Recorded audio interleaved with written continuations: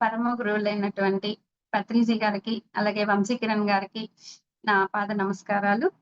Sadhguru moment అనేటువంటి ఒక చక్కటి ప్లాట్‌ఫార్మ్‌ని అందించి, మనందరికీ జ్ఞానాన్ని పంచుకునేటువంటి చక్కటి అవకాశాన్ని కల్పించినటువంటి వంశీ గారికి హృదయపూర్వకంగా కృతజ్ఞతలు. అలాగే నాకు సహకరిస్తున్నటువంటి మాస్టర్స్ అందరికీ హృదయపూర్వక ఆత్మ ప్రణామాలు. అయితే ఈ వర్క్‌షాప్ కోసం మనకి సబ్జెక్ట్ ని ఇచ్చినటువంటి టార్కం సెరాయ్ డారియన్ గారికి హృదయపూర్వకంగా ధన్యవాదాలు, నమస్కారాలు తెలియజేసుకుంటున్నాను. ఇక్కడ ఉన్నటువంటి మిత్రులందరికీ కూడా అభినందనలు. సో మాస్టర్స్, ఈ రోజు మనం సెకండ్ సెషన్ లోకి అడుగు పెడుతున్నాము. నిన్నటి సెషన్ లో మనము దివ్యత్వం గురించి తెలుసుకున్నాము. ఆ దివ్యత్వం ప్రకాశించడం వల్ల మనలో కలిగేటువంటి మార్పులు ఏంటి అన్నది చూసాము. సుగుణాల పైన ఎలా ధ్యానించాలి అనేది ఒక 7 పాయింట్స్ లో మనం నేర్చుకున్నాము. నెక్స్ట్ అనువర్తనం అనేటువంటి సుగుణం గురించి కొంచెం తెలుసుకున్నాము. ఇంకొంచెం అయితే బ్యాలెన్స్ ఉంది. దాన్ని ఈ రోజు మనం కంప్లీట్ చేసుకుంటాము. సో అనువర్తనం అంటే ఏంటంటే ఎగ్జాక్ట్ మీనింగ్ అప్లై చేయడం. మనం ఏదైతే నేర్చుకున్నామో దాన్ని మన జీవితంలో అప్లై చేయడాన్ని అనువర్తనం అని అంటాం. మన జీవితంలో ఉన్న తత్వాన్ని మనం అప్లై చేసుకోవాలి. చీకటిని పెంచుకోవాలా, వెలుగును పెంచుకోవాలా? ఎవరమైనా వెలుగునే పెంచుకోవాలని కోరుకుంటాం కదా, ఆనందాన్నే కోరుకుంటాం కదా. అలాగా మన జీవితంలో మనం దేన్ని అప్లై చేసుకోవాలి అంటే వెలుగుని, మన యొక్క చైతన్యాన్ని మనం అప్లై చేసుకోవాలి. అయితే ఆ అప్లై చేసుకోవడం అనేది ఖచ్చితంగా మన చేతుల్లోనే ఉంది మాస్టర్స్. నిన్న 3 రకాలు చెప్పుకున్నాం. పురోగమనం గురించి, పురోగమన అనువర్తనం గురించి, తర్వాత అనుకూల అనువర్తనము, ప్రతికూల అనువర్తనం, ఇలా 3 చెప్పుకున్నాం మనం. పురోగమన అనువర్తనం అంటే ఏంటంటే సింపుల్ గా మనకు చెడ్డ గుణాలు ఉంటాయి. ఈ చెడ్డ గుణాలతోని ఉండి ఉండి ఉండి విసిగి వేసారిపోయి, అబ్బా ఈ చెడ్డ గుణాలతో నేను పడలేకపోతున్నాను, దుఃఖంతో నిండిపోతున్నాను, బాధతో నిండిపోతున్నాను, ఇక మీదట నాకు ఇవి వద్దబ్బా అని చెప్పి మనకి మనం మంచి గుణాల్లోకి మనల్ని మనం మార్చుకోవడం. ఓకే, ఇది ఆటోమేటిక్ గా జరిగే ప్రక్రియ. అయితే ఇది ఆటోమేటిక్ గా జరగడానికి ఎంత టైం అయినా పట్టొచ్చు. ఈ జన్మ పట్టొచ్చు, ఇంకో జన్మ పట్టొచ్చు, ఇంకెన్ని జన్మలైనా పట్టొచ్చు. ఇక రెండో దగ్గరికి వచ్చేటప్పటికి అనుకూల అనువర్తనం అనుకున్నాం. ఈ అనుకూల అనువర్తనం అంటే ఏంటి అంటే, పరిస్థితులు ఎలా ఉన్నా సరే, మన జీవితంలో ఎలాంటి సంఘటనలు జరుగుతున్నా, కష్టమైనటువంటి సంఘటనలు జరుగుతున్నప్పుడు కూడాను అందులో నుంచి మనం ఏం నేర్చుకోవాలి అని ప్రతి సిచ్యువేషన్ నుంచి మనలో మనం మంచి గుణాలని పెంచుకోవడం మాస్టర్స్. మంచి గుణాలనే అప్లై చేసుకోవడం. ప్రతికూల అనువర్తనం, ఇది మూడోది. ప్రతికూల అనువర్తనం అంటే ఏంటంటే, మన లోపల గుణాలు ఆల్రెడీ గుణాలు ఉంటాయి. మంచి గుణాలు ఉండొచ్చు. ఉన్నప్పటికీ కూడా మనము ఈ ప్రాపంచిక విషయాల కోసం, కీర్తి కోసం, ధనం కోసం, సంథింగ్ సుఖాల కోసం, వీటన్నిటి కోసం మనం ఏం చేస్తామంటే మనలో చెడ్డ గుణాల్ని పెంచుకుంటాం. ధనం కోసం ఒక మార్గం, చెడ్డ మార్గంలోకి వెళ్తాం. ఎందుకోసము? ధనం కోసం.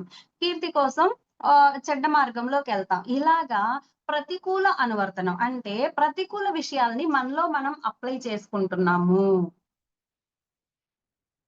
ఇప్పుడు మనం మామూలుగా ఫస్ట్ లాగా పురోగమన అనువర్తనంలో ఆటోమేటిక్ గా అలా సాగిపోతూ ఉంటే మన చైతన్య వికాసం అనేది నిదానంగా సాగుద్ది. ఎప్పుడో ప్రకృతి ఇచ్చినప్పుడు, మనలో ఆ మార్పు వచ్చినప్పుడు సాగుతుంది. అనుకూల అనువర్తనంలోకి వచ్చేటప్పటికి మన చైతన్యాన్ని మనము స్పీడ్ గా డెవలప్ చేసుకుంటాం, విస్తరించుకుంటాం. అంటే మనము కావాలని వాంటెడ్ గా నేర్చుకుంటున్నాం కదా. ఇప్పుడు మనం చేసే ప్రోగ్రామ్ అదే అన్నమాట. వాంటెడ్ గా మనలో ఉన్నటువంటి మంచి గుణాలని అప్లై చేసుకుంటాం. పరిస్థితులు ఎలాగన్నా ఉన్నాయండి, ఆ పరిస్థితుల్లో నుంచి మంచి గుణాలని మనం పెంచుకుంటాం. నెక్స్ట్ మూడో దానికి వచ్చేటప్పటికి ఇది మన చైతన్య వికాసం ఆపోజిట్ లోకి వెళ్ళిపోతుంది, చీకట్లోకి వెళ్ళిపోతాం, ఇంకా తగ్గిపోతుంది మాస్టర్స్. కాబట్టి ఈ మూడిట్లో మనం ఎంచుకోవాల్సింది ఏంటి అంటే అనుకూల అనువర్తనం. ఎలాంటి పరిస్థితులున్నా సరే అద్భుతమైనటువంటి గుణాల్ని మనలో మనం ఇంప్లిమెంట్ చేసుకోవడం, అప్పుడు మన చైతన్యము స్పీడ్ అవుతుంది. ఇది సింపుల్ గా నిన్న మనం చెప్పుకున్నటువంటి విషయాలు.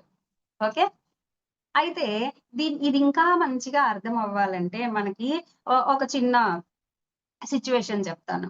కృష్ణుడు, అర్జునుడు మాట్లాడుకుంటూ వెళ్తుంటారు. వెళ్తున్నప్పుడు అర్జునుడికి ఒక డౌట్ వస్తదనమాట. కృష్ణ, నాకొక డౌటొచ్చింది. ధర్మ సంకటం అంటే ఏంటి అంటాడు. ఏంటది? ధర్మ సంకటం. మనందరికి గూడా వస్తది ఈ ధర్మ సంకటం. చాలా సార్లు వస్తది. అప్పుడు కృష్ణుడు చెప్తాడనమాట. ఆహ్, ధర్మాన్ని ఆచరించడం వల్ల మనము కష్టాల్లో పడిపోతాం. యాక్చువల్‌గా ధర్మాన్ని ఆచరిస్తే మనకి మంచి జరగాలి కదా! కానీ ధర్మ సంకటంలో ఏమవుతది? ధర్మాన్ని ఆచరించడం వల్ల మనకి కష్టాలొస్తాయి. ఆ ధర్మాన్నొదిలేసి అధర్మాన్ని పట్టుకోవడం వల్ల మనకి సుఖాలు, ఆనందం ఆనందం రాదు ఫ్రెండ్స్. సుఖాలు లభిస్తాయి. ధర్మంలో ఉన్నప్పుడే ఆనందమొస్తది. అధర్మంని ఆచరించినప్పుడు అది మనకి సుఖాన్నిస్తది కానీ ఆనందాన్ని ఇవ్వలేదు. ఇప్పుడు ఒక వైపేమో ధర్మం ఉంది. ఓకే. ఇంకొక వైపేమో సుఖముంది. ధర్మాన్ని ఎంచుకోవాలా? సుఖాన్ని ఎంచుకోవాలా? అన్నప్పుడు ధర్మ సంకటం అంటాము. ఓకేనా? అంటే ధర్మాన్ని ఆచరించడమే సంకటంలో పడిపోతున్నాం. ధర్మాన్ని ఆచరించాలన్నప్పుడు ఒక సంకట స్థితి. అయ్యో! నా సుఖాలు నేను కోల్పోతానే అన్న సంకట స్థితి. అప్పుడు మనం ఏ వైపుకెళ్తాము అన్నది మన చేతుల్లో ఉంది. దాన్ని బట్టి మనం ఏమి పొందుతాము అనేది కూడా మనకి నిర్ణయించబడుతుంది. కష్టమైనా సరే నేను ధర్మంలోనే ఉంటాను అని మనం ఎంచుకున్నప్పుడు మన చైతన్యం విస్తారంగా పెరిగిపోతది. లేదబ్బా! ధర్మం సంగతి దేవుడెరుగు. ముందు నాకు సుఖం గావాలి అనుకున్నప్పుడు మన జీవితం చీకటి మార్గంలోకి ఎళ్ళిపోతది. ఏది డిసైడ్ చేసుకుంటాము, మన జీవితంలోకి ఏది అప్లై చేసుకుంటాము అనేది మన చేతుల్లోనే ఉంటుంది మాస్టర్స్. ఇంకా ధర్మాన్ని వదలటమే సుఖాన్నిస్తుంది గాబట్టి ఎళ్ళిపోయే సంఘటనలు కొన్నుంటాయి. మనం చరిత్రలో చూసినట్టయితే పాపం పాండురాజు గారు ధర్మ సంకటంలో పడిపోతారు. ఎప్పుడు ఆయన పెళ్లి చేసుకుంటాడు, అడవుల్లోకెళ్ళిపోతాడు. ఒక జింకని ఆహ్, సంగమిస్తున్నటువంటి జింకల్ని చంపేస్తాడు. చూడక పొదల్లో నుంచి పొరపాటవుతది. అయినప్పుడు ఆయన చాలా బాధపడతాడు. బాధపడిన తర్వాత ఇప్పుడు ఒక అలాంటి సిట్యుయేషన్‌లో ఉన్నటువంటి జింకల్ని చంపినటువంటి నేను ఇప్పుడు రాజ్యాన్ని పరిపాలించడానికి అర్హుడిని కాదు. కానీ ఇది ధర్మం. ఆయన ముందొచ్చినటువంటి ధర్మం. కానీ ఈ రాజ్యాన్ని వదిలేసి ఎళ్ళిపోతే నేను సుఖాలన్నీ కోల్పోతాను. ఓకే. ధర్మ సంకటంలో పడిపోయాడు. ఇటు సుఖాల్ని కోరుకుంటే అధర్మంలోకెళ్ళిపోవాలి. లేదు ధర్మాన్ని కోరుకుంటే కష్టాల పాలవ్వాలి. ఇప్పుడు నేను దేన్ని ఎంచుకోవాలి అని ఆయన ముందు ఒక సిట్యుయేషన్ ఒచ్చింది. ఇలాంటి సిట్యుయేషన్స్ మనకు గూడా ఒస్తుంటాయి మన జీవితంలో. ఒకవైపు ధర్మం ఉంటుంది. ఇంకొక వైపు సుఖాలుంటాయి. అంటే మన ఇంట్లో వాళ్ళు ఎవరో తప్పు చేస్తుంటారు. వాళ్ళని సపోర్ట్ చేస్తే మనకి సుఖముంటది. ఏ గోల లేదు. లేదు వాళ్ళని ఎదిరించి నువ్వు ధర్మంలో ఉండాలి. ఇది కరెక్ట్ కాదు అని చెప్తే మనం కష్టాల పాలవుతాం. అలాంటి సిట్యుయేషన్‌లో మనం దేన్ని అప్లై చేసుకుంటాము అనేది మన చేతుల్లోనే గదా ఉంటది. అలాగా పాండురాజు గారికి కూడా అలాంటి సిట్యుయేషన్ వచ్చింది. రాగానే ఆయన ఏమి ఎంచుకున్నాడు? ఓకే. నేను సుఖాల్ని త్యజిస్తాను. పర్వాలేదు. నాకు ధర్మమే ముఖ్యము. వాయిస్ రావట్లేదా? ఓకే.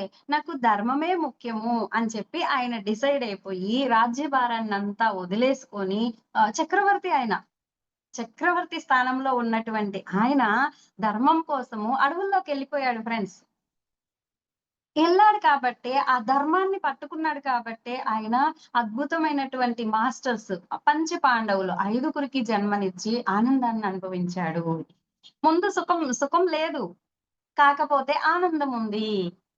ఓకే. ఇలాంటి సిట్యుయేషన్‌నే ధర్మ సంకటం అంటాము. ఈ ధర్మ సంకటం మన జీవితంలో కూడా వస్తూ ఉంటుంది. అలాంటి సిట్యుయేషన్‌లో మనం దేన్ని అప్లై చేసుకుంటాము, అనువర్తించుకుంటాము అన్నది మన చేతుల్లోనే ఉంటుంది మాస్టర్స్. కాబట్టి ఎలాంటి అనువర్తనంలో మనం ఉండాలి అన్నది మనం డిసైడ్ అవుతాం. నెక్స్ట్ ఇంకొక చిన్న ఎగ్జాంపుల్ చెప్తాను. ధర్మరాజు. ధర్మరాజు జీవితంలో కూడా ధర్మ సంకటం వస్తది. ఒకసారి అడవిలోకెళ్తారు. అడవిలో ఉంటారు. మరి వాటర్ కోసమని వాళ్ళ తమ్ముళ్ళు ఒక్కొక్కళ్ళు వెళ్తారు. వెళ్తే అక్కడ యక్షుడు ఉంటాడు.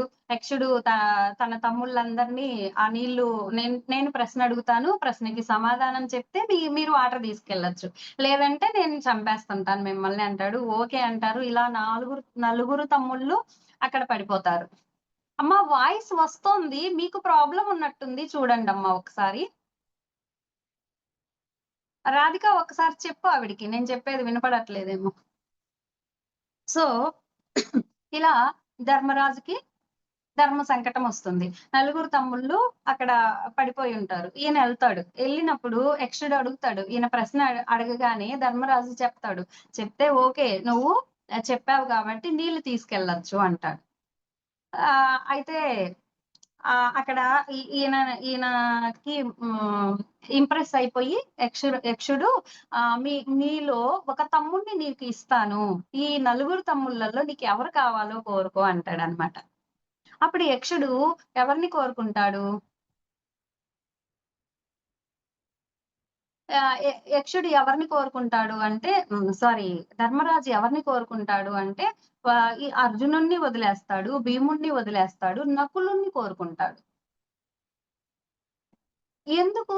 నీకు రేపు రేపు యుద్ధం జరగబోతుంది. మహాభారత యుద్ధంలో నీకు సపోర్ట్ చేయడానికి అర్జునుడో, భీముడినో కోరుకుంటే నీకు సపోర్ట్ ఉంటది. కానీ నువ్వెందుకు నకులుడిని కోరుకుంటున్నావు అంటే అప్పుడు చెప్తాడన్నమాట. సూక్ష్మమైన ధర్మం చెప్తాడు ధర్మరాజు.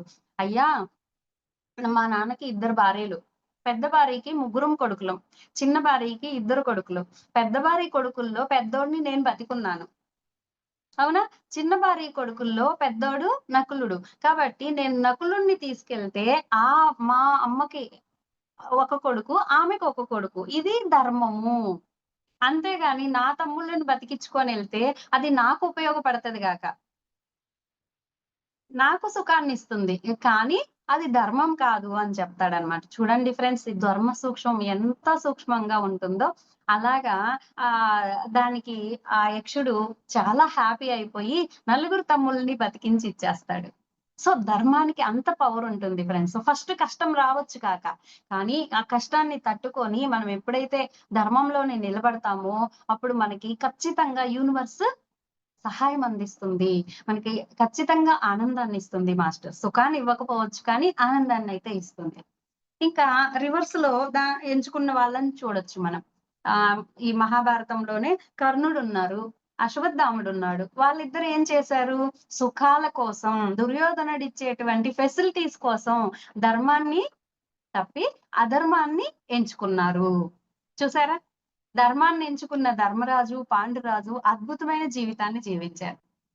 అదే అధర్మాన్ని ఎంచుకున్నటువంటి కర్ణుడు, అశ్వత్థాముడు సుఖాలలో పడిపోయి చివరికి మరణశయ్య మీద ఉండాల్సొచ్చింది. సో మాస్టర్స్, మన జీవితంలో మనం ఏది అప్లై చేసుకోవాలి? వచ్చేటువంటి ప్రతి మార్పుని అంగీకరించుకుంటూ ఆ మార్పుని మనం డీల్ చేసుకోవడం కోసం ధర్మం అన్నదాన్ని ఆధారంగా నిర్ణయం గనక మనం తీసుకుంటే అప్పుడు మన చైతన్య వికాసము అద్భుతంగా పెరుగుతుంది. సో, సుఖం ఆధారంగా నిర్ణయాలు తీసుకుంటే మన వికాసం ఆగిపోతుంది. ధర్మం ఆధారంగా మనం నిర్ణయాలు తీసుకుంటే అప్పుడు మన వికాసము అద్భుతంగా సాగుతుంది మాస్టర్స్.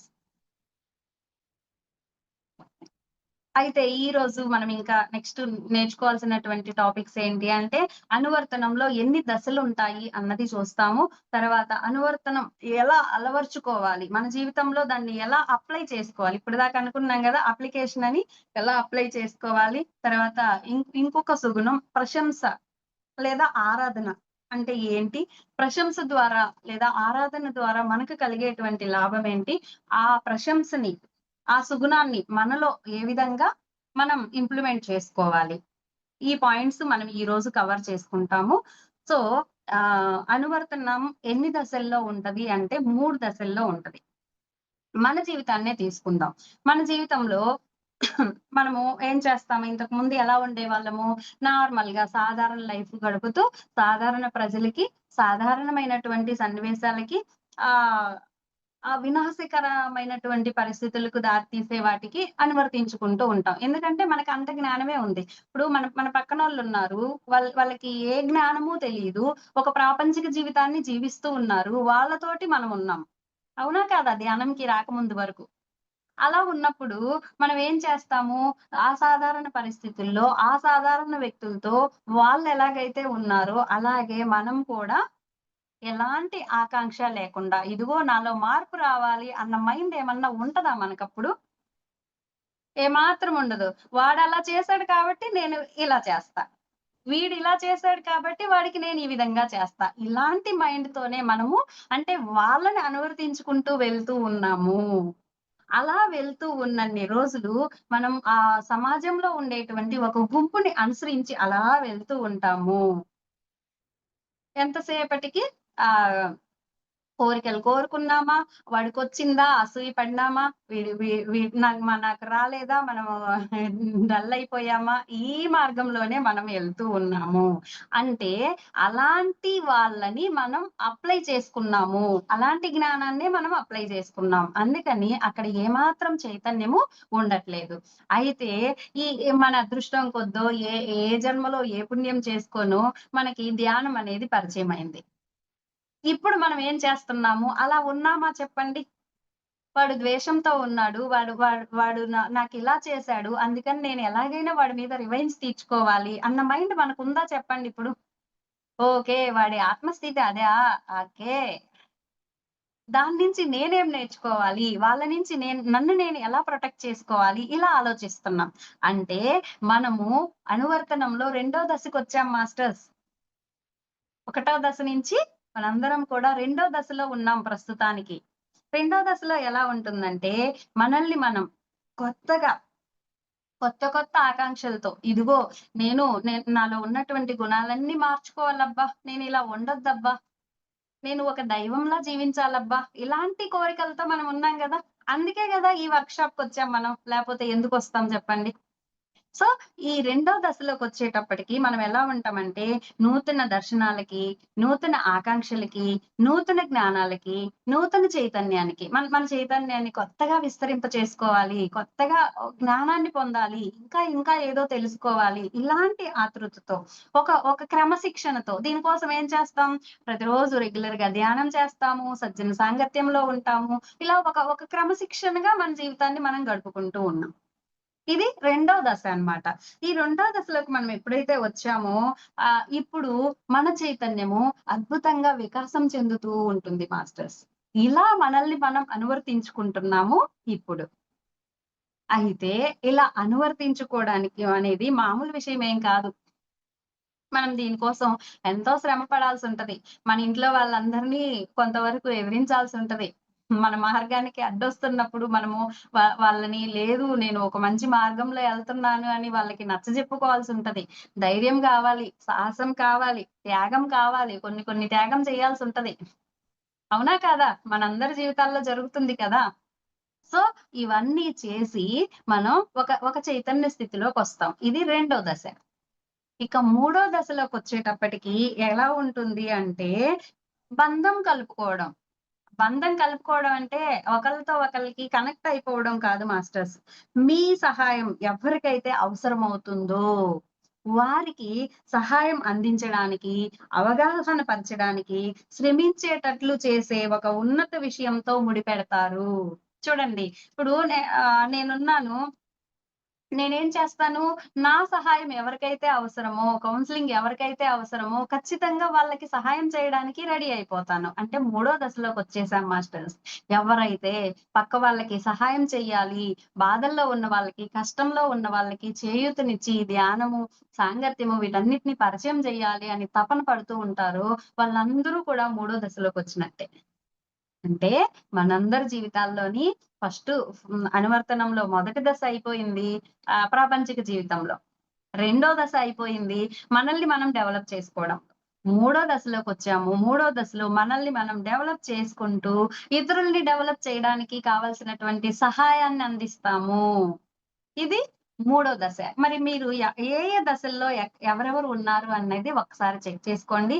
మూడో దశలోకొచ్చామంటే అద్భుతం ఇంక మన జీవితం. సో, ఈ ఈ ఎవరమైతే ఈ మూడో దశలో ఉంటామో, వాళ్ళు వాళ్ళ స్థాయిని పెంచి, ఎదుటి వాళ్ళ స్థాయిని, ఎదుటి వాళ్ళకి నాలెడ్జ్ అందిస్తూ, వాళ్ళ స్థాయిని పెంచి, వాళ్ళకి నూతనమైనటువంటి నియమాల్ని పెంపొందిస్తూ, వాళ్ళకి గైడ్ చేస్తూ, చక్కగా ముందుకెళ్తూ ఉంటారు.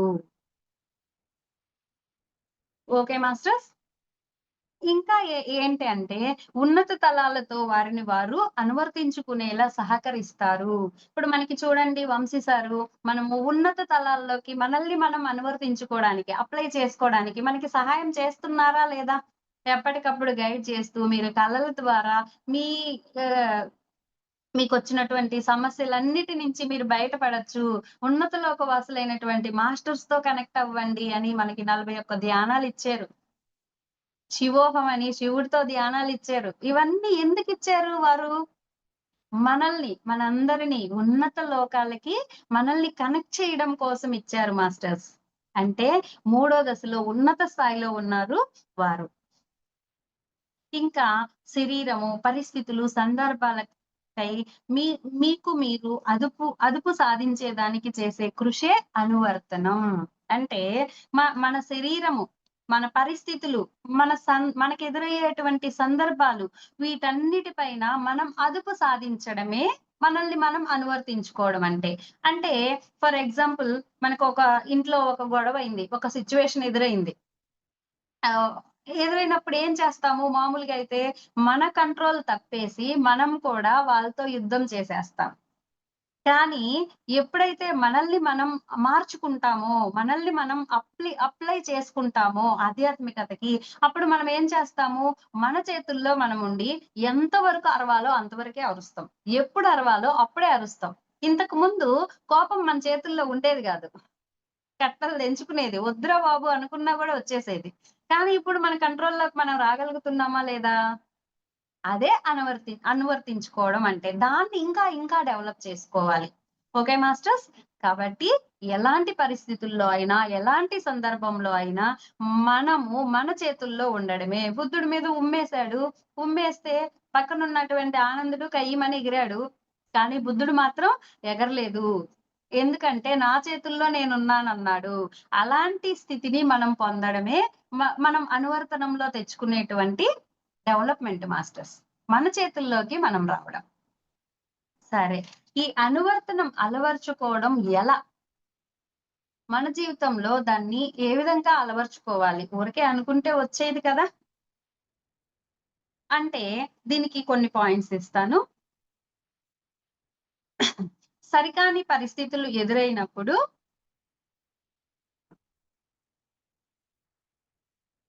సరికాని పరిస్థితులు ఎదురైనప్పుడు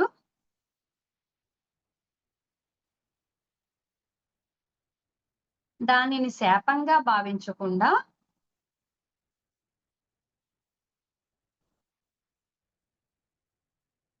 కాలేజీలో రన్నింగ్ నోట్స్ రాసినట్టు రాసుకుంటే బావుంటది. సరికాని పరిస్థితులు ఎదురైనప్పుడు శాపంగా భావించకుండా నా చైతన్యాన్ని విస్తరించుకోవడానికొచ్చింది అన్న అవగాహన పెంచుకోవడం. అనువర్తనం అలవాటవ్వాలంటే మన జీవితంలో ఏదైనా పరిస్థితి ఎదురైనప్పుడు దాన్ని మనం యాక్చువల్‌గా శాపంగా భావిస్తాం. భగవంతుడా! నాకేంటి భగవంతుడా! ఇలాంటి కష్టమిచ్చావు. అయ్యో! నాకెందుకు ఇలాంటి ప్రాబ్లమొచ్చింది. నా చుట్టూ ఉండే వాళ్ళందరూ హ్యాపీగా ఉన్నారు గదా! ముందు మనకి ప్రాబ్లమొచ్చిందన్నది కాదు గానీ పక్కనోళ్ళు హ్యాపీగున్నరే అన్నది ఇంకా ఎక్కువ బాధేస్తది మనకి. సో, పరిస్థితి ఎదురైనప్పుడు దాన్ని మనం శాపంగా భావించకుండా, ఆ పరిస్థితుల్లో ఏ ఏ పరిస్థితులైతే మనకొచ్చాయో, ఆ పరిస్థితుల్లో మన యొక్క భౌతిక అంటే ఫిజికల్‌గా, తర్వాత ఉద్వేగిక, మానసిక శరీరాల్ని భౌతిక, మానసిక, ఉద్వేగిక శరీరాలు. ఈ 3 సఫర్ అవుతాయి. మనకేదన్నా ఒక సమస్యొచ్చిందంటే ఫిజికల్‌గా ఎఫెక్ట్ అవుతాము, మెంటల్‌గా ఎఫెక్ట్ అవుతాము, ఎమోషనల్‌గా ఎఫెక్ట్ అవుతాం. ఈ మూడింటిని ఇబ్బందికి గురి చేసుకోకుండా, ఇది నేను దాటగలను. ఏమనుకోవాలప్పుడు? ఇది నేను దాటగలను. నా చైతన్యాన్ని విస్తరించుకోగలను. నా సమస్యలను అధిగమించగలను అని మీకు మీరు చెప్పుకోండి. అప్పుడు మన జీవితంలో అనువర్తనం అనేది వచ్చేస్తుంది. సరికాని పరిస్థితులు ఎదురైనప్పుడు దాన్ని శాపంగా భావించకుండా మన యొక్క physical body, mental body, emotional body వీటన్నింటిని ఇబ్బంది పెట్టుకోకుండా ఇలాంటి పరిస్థితి నేను ఉన్నతీకరించుకోవడానికే వచ్చింది అని భావించుకుంటూ దీన్ని నేను దాటగలను. నా సమస్యని నేను అధిగమించగలను అని మీకు మీరు చెప్పుకోండి. ఓకే. Next point. మనము పరిస్థితులకు వ్యతిరేకంగా పోరాటం చేయకుండా ముందు దాన్ని అవగాహన చేసుకోవాలి. మనకి ఎదురైనటువంటి పరిస్థితికి వ్యతిరేకంగా పోరాటం చేయకుండా దాన్ని అవగాహన చేసుకోవడం అలవర్చుకోవాలి. అదేంటండి? ఎందుకు అవగాహన చేసుకోవాలి? దాన్ని వ్యతిరేకించాలి కదా! దాని నుంచి బయటపడాలంటే అంటే వ్యతిరేకించి గందరగోళం చేసుకుంటే ఎప్పటికీ బయటపడలేం మాస్టర్స్. దాన్ని అవగాహన చేసుకోవడం అంటే ఏంటి అంటే, కర్మ సిద్ధాంతం ప్రకారం ప్రస్తుతం ఈ పరిస్థితి ఎలా ఉండాలో అలాగే ఉంది. అది మనకి తెలీదు.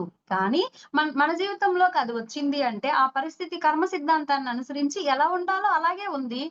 కానీ మనం అంగీకరించలేకపోతున్నాం. అది సమస్య. మన దగ్గరే సమస్యుంది. ప్రకృతిలో సమస్య లేదు. సృష్టిలో లోపం లేదు. దృష్టిలోనే లోపం ఉంది. కాబట్టి మన దృష్టిని మనం సరిచేసుకోవాలి అని చెప్తున్నారు.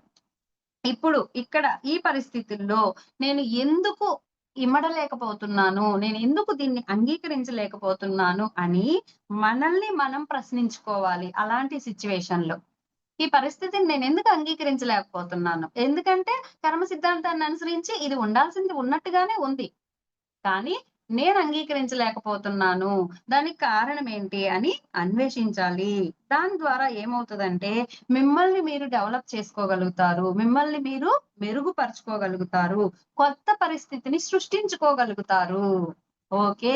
ఈ పరిస్థితి నా జీవితంలోకి వచ్చింది. అంటే నాకేదో నేర్పించడానికొచ్చింది అనుకున్నప్పుడు మీరు ఒక కొత్త పరిస్థితిని ఏర్పరచుకోగలుగుతారు.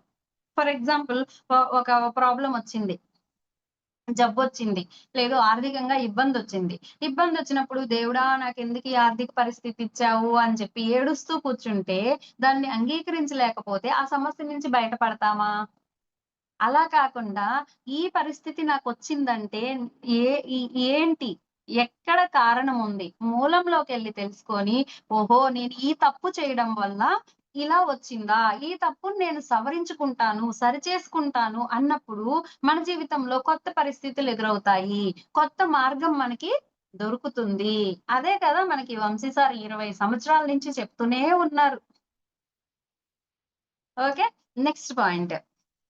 మీకెదురైనటువంటి పరిస్థితుల్లో మిమ్మల్ని మీరు ఇముడ్చుకొని, జీవితాన్ని తగిన విధంగా మలుచుకొని, గొప్ప అవకాశాలు పొందుతాము అని మీకు మీరు చెప్పుకోండి.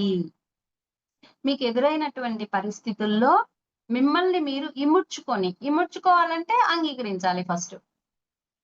జీవితాన్ని తగిన విధంగా మలుచుకొని, నా జీవితాన్ని నాకు అవసరమైనట్టు, నాకు నచ్చినట్టు నేను మార్చుకోగలనబ్బా! అన్న కాన్ఫిడెన్స్‌లోకి రండి. అప్పుడు మీకా గొప్ప అవకాశం అంది తీరుతుంది అంటున్నారు. Next point. ఇవన్నీ అనువర్తనం అలవరుచుకోవడం కోసం మనలో పెంచుకోవాల్సినటువంటి లక్షణాలు ఫ్రెండ్స్. నెక్స్ట్ అనువర్తించుకోవాల్సిన విషయాలు ఉన్నతంగా ఉండాలి. ఇందాక మనం అనుకున్నాం కదా! ధర్మం ఆధారంగా మనల్ని మనం డెవలప్ చేసుకునే విధంగా ఉండాలి తప్ప, మనల్ని మనం తగ్గించుకొని చీకటి మార్గంలోకెళ్ళేలాగా మన అనువర్తనం అనేది ఉండకూడదు. 2 వైపుల నుంచి ఉండొచ్చు. ధర్మరాజు ఎంచుకున్నట్టు అటు ఎళ్ళొచ్చు. కర్ణుడు ఎంచుకున్నట్టు ఇటు ఎళ్ళొచ్చు. ధర్మరాజులాగెళ్తే మన చైతన్యం అద్భుతంగా వెలిగిపోతుంది. కర్ణుడిలాగా ఎంచుకుంటే మన చైతన్యం చీకట్లోకెళ్ళిపోతుంది. సో, మన అనువర్తనం ఎప్పుడూ కూడా ఎలా ఉండాలి అంటే, మనల్ని ఉన్నతీకరించేలాగా ఉండాలి. అప్పుడే పురోగమనం, అభివృద్ధి సాధ్యమవుతుంది. చైతన్యము చాలా ఉన్నతంగా ఉంటుంది. ఇది అర్థం కావాలంటే నేను 2 ఎగ్జాంపుల్స్ చెప్తాను. ద్రౌపది మాత ఉంది. ద్రౌపది 5గురు భర్తల్ని చేసుకోవాల్సొచ్చింది.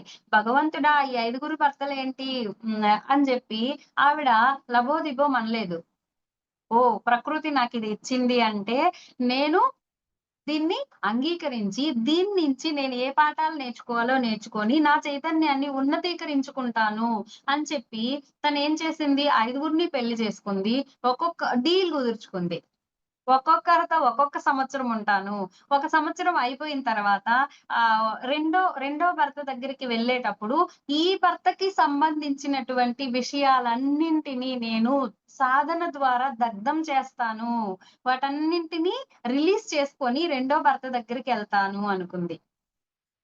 ఇది తప్పు కదండీ! అనుకోవచ్చు. అయితే మన జీవితంలో మనం ఏం చేస్తాము? ఈ ఈ జీవితంలో ఒక భర్తున్నారు. మరి ఇంతకు ముందు జీవితంలో ఇంకొక భర్తున్నారు కదా! అంతకుముందు జీవితంలో ఇంకొక భర్తున్నారు కదా! ఇలా మన మన జీవితంలో కూడా బోలెడంత మంది భర్తలున్నారు. అయితే ఆమెకి ఒకే జీవితంలో 5గురు భర్తలు. మనం జన్మ జన్మకి భర్తల్ని మారుస్తున్నాం. జన్మ జన్మకి భర్తల్ని మార్చేటప్పుడు ఏం చేస్తున్నాము? గతానికి సంబంధించినవన్నీ మనము అక్కడ వదిలేస్తున్నాం. ఆ జ్ఞాపకాల్ని మనం తీసేస్తున్నాం. సేమ్ అలాగే ద్రౌపది కూడాను గతంలో ఆ సంవత్సరంలో ఉన్నటువంటి జ్ఞాపకాలన్నిటిని డిలీట్ చేసి, ఇతనే నా భర్త అన్న విధంగా తనుంటుంది. అందుకనే ఆమె పతివ్రత అయింది. మామూలుగా అయితే 5గురు భర్తలుంటే పతివ్రత అంటారా చెప్పండి? సో, ప్రతి సంవత్సరము ఎప్పటికప్పుడు ఆమెకి ఆ సంవత్సరం మారి రెండో భర్త దగ్గరికొచ్చేటప్పుడు అవన్నీ డిలీట్ చేసేస్తది. అంటే జన్మ మారినట్టు ఫ్రెండ్స్ ఇది అర్థం గావాలంటే. అలాగా తనని తను ఉన్నతీకరించుకుంది. తన చైతన్యాన్ని విస్తరింపజేసుకుంది. అలాగే అంబుంది. అంబకి అన్యాయం జరిగింది. ఒక రకంగా చెప్పాలంటే ద్రౌపదికి అన్యాయం జరిగినట్టే 5గురు భర్తలంటే. ఆ అన్యాయాన్ని తన కర్మని సుకర్మగా మార్చుకుంది. అమ్మకొచ్చేటప్పటికి అలాంటి కష్టమే వచ్చింది. భీష్ముడెళ్లి వాళ్ళ ముగ్గురు అక్క చెల్లెళ్ళని తీసుకొచ్చేస్తాడు. వాళ్ళ తమ్ముళ్ళకిచ్చి పెళ్లి చేయడం కోసమని. అయితే ఈమె ఆల్రెడీ ఒకడిని లవ్ చేసుంటది. ఇది తెలియకుండా తీసుకొచ్చి వచ్చిన తర్వాత ఈమె చెప్పగానే మళ్ళీ పంపించేస్తాడు. పంపించేస్తే ఆమె ఏం చేస్తది, మళ్ళీ అతని దగ్గరికెళ్తే అతను నిన్ను వాళ్ళు గెలుచుకున్నారు గాబట్టి నువ్వు వాళ్ళ సొత్తు. నేనెలా స్వీకరిస్తాను నిన్ను అంటాడు. అప్పుడు భీష్ముడి మీద పగ పెంచుకుంటది. పగ పెంచుకొని తన జీవితాన్ని వృధా చేసుకుంది. తన చైతన్యాన్ని చీకటి మార్గంలోకి తీసుకెళ్ళిపోయింది. సో, మనం చీకటిలోకెళ్ళాలా? వెలుతురులోకెళ్ళాలా? మనల్ని మనం ఉన్నతీకరించుకునే విధంగా మన పరిస్థితుల్ని మార్చుకోవాలా? లేకపోతే మన పరిస్థితుల్ని చీకటి వైపుకి తీసుకెళ్ళాలా అనేది మన చేతుల్లోనే ఉంటుంది ఫ్రెండ్స్. మన జీవితంలో కూడా ఇలాంటి కష్టాలు, ప్రాబ్లమ్స్ ఎన్నో వస్తాయి. ఆ వచ్చినటువంటి ప్రాబ్లమ్స్‌ని మనం డీల్ చేసే విధానంలోనే మన చైతన్యం అనేది ఆధారపడి ఉంటుంది. ఆ డీలింగ్‌లోనే మనం ఉన్నతమైనటువంటి ఆలోచనలతో వెళ్తున్నామా? చీకటి ఆలోచనలతో వెళ్తున్నామా అనేది చూసుకుంటే, అప్పుడు ఆ విధంగా మనల్ని మనం అనువర్తించుకోవడం ద్వారా అలాంటి ఫలితాన్ని పొందుతాం. సో, ద్రౌపదిలాగా ఉన్నతీకరించుకోవాలా? అంబలాగా చీకటిలోకెళ్ళాలా అనేది మన చేతుల్లోనే ఉంటుంది. నెక్స్ట్ మనల్ని మనం 2 విధాలుగా అనువర్తించుకోవాల్సి ఉంటుంది. ఎందుకంటే మనం 1 కాదు గదా! 2 కదా! అందుకని 2 విధాలుగా మనం అనువర్తించుకోవాల్సి ఉంటుంది. ఏంటి 2 విధాలంటే మనము 1 జీవాత్మ, 2 ఆత్మ. ఈ భూమి మీద ఇక్కడ గడుపుతున్నటువంటి మనము జీవాత్మగా వచ్చాం. మన నిజమైన అసలైన ఆత్మ కారణ లోకాల్లో ఉంది. ఓకే. ఇప్పుడు ఈ జీవాత్మలో ఉన్న మనము ఇక్కడ ఉన్నటువంటి గురువుల ద్వారా మంచి మంచి మాటలు వినడం ద్వారా ఒక మంచి సుగుణాన్ని అలవరుచుకున్నాం. మంచిగా ఉన్నాం ఇక్కడ. కానీ ఆత్మలో అది ఉండకపోవచ్చు. అంటే ఆత్మకి ఇంకా అలాంటి అనుభవ జ్ఞానం అందకపోవచ్చు. అప్పుడేం చెయ్యాలి? ఈ జీవాత్మలో నేర్చుకున్నటువంటి ఈ మంచి సుగుణాన్ని, ఈ అనుభవ జ్ఞానాన్ని అక్కడ ఆత్మలోకి అనువర్తింప చెయ్యాలి.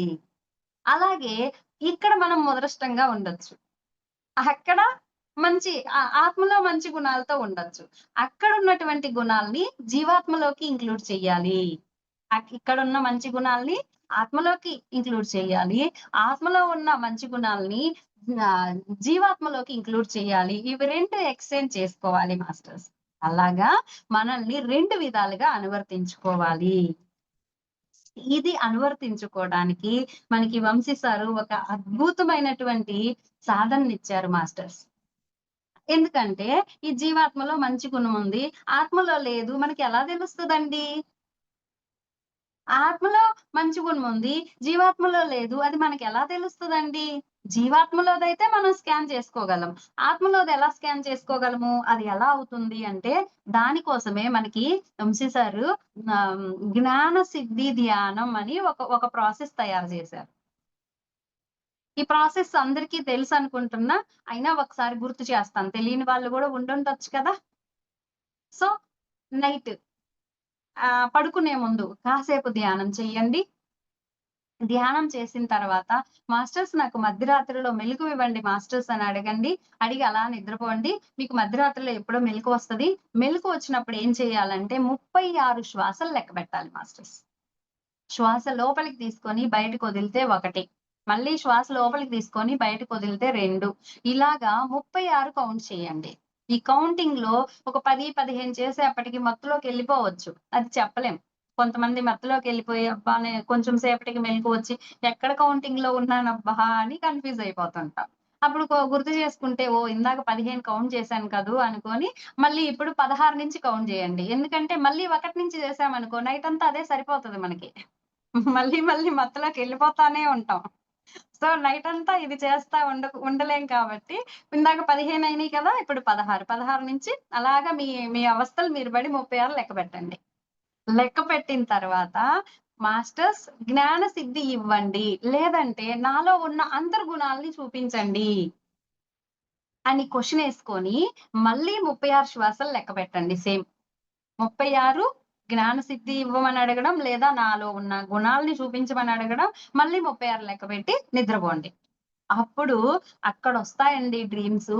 ఇక్కడ మనం అద్భుతంగా ఉంటాం. సూపర్‌గుంటాం. అసలు ఎవ్వరు వస్తువుని తాకం. తాకడం చాలా తప్పు అని ఫీల్ అయిపోతుంటాం. కానీ అక్కడ మాత్రం పక్కనోళ్ళందరియి కొట్టేస్తా కనిపిస్తాం. అంటే జీవాత్మలో పర్ఫెక్ట్‌గున్నాము. ఆత్మలో పర్ఫెక్ట్‌గా లేము. ఐడెంటిఫై చేసి మళ్ళీ ధ్యానంలో కూర్చొని, అర్రే! నేను నా ఆత్మలో ఇంత దొంగగా ఉన్నానా నేను? అందరియి కోరుకుంటున్నానా? అని జెప్పి నేనలా ఉండొద్దు.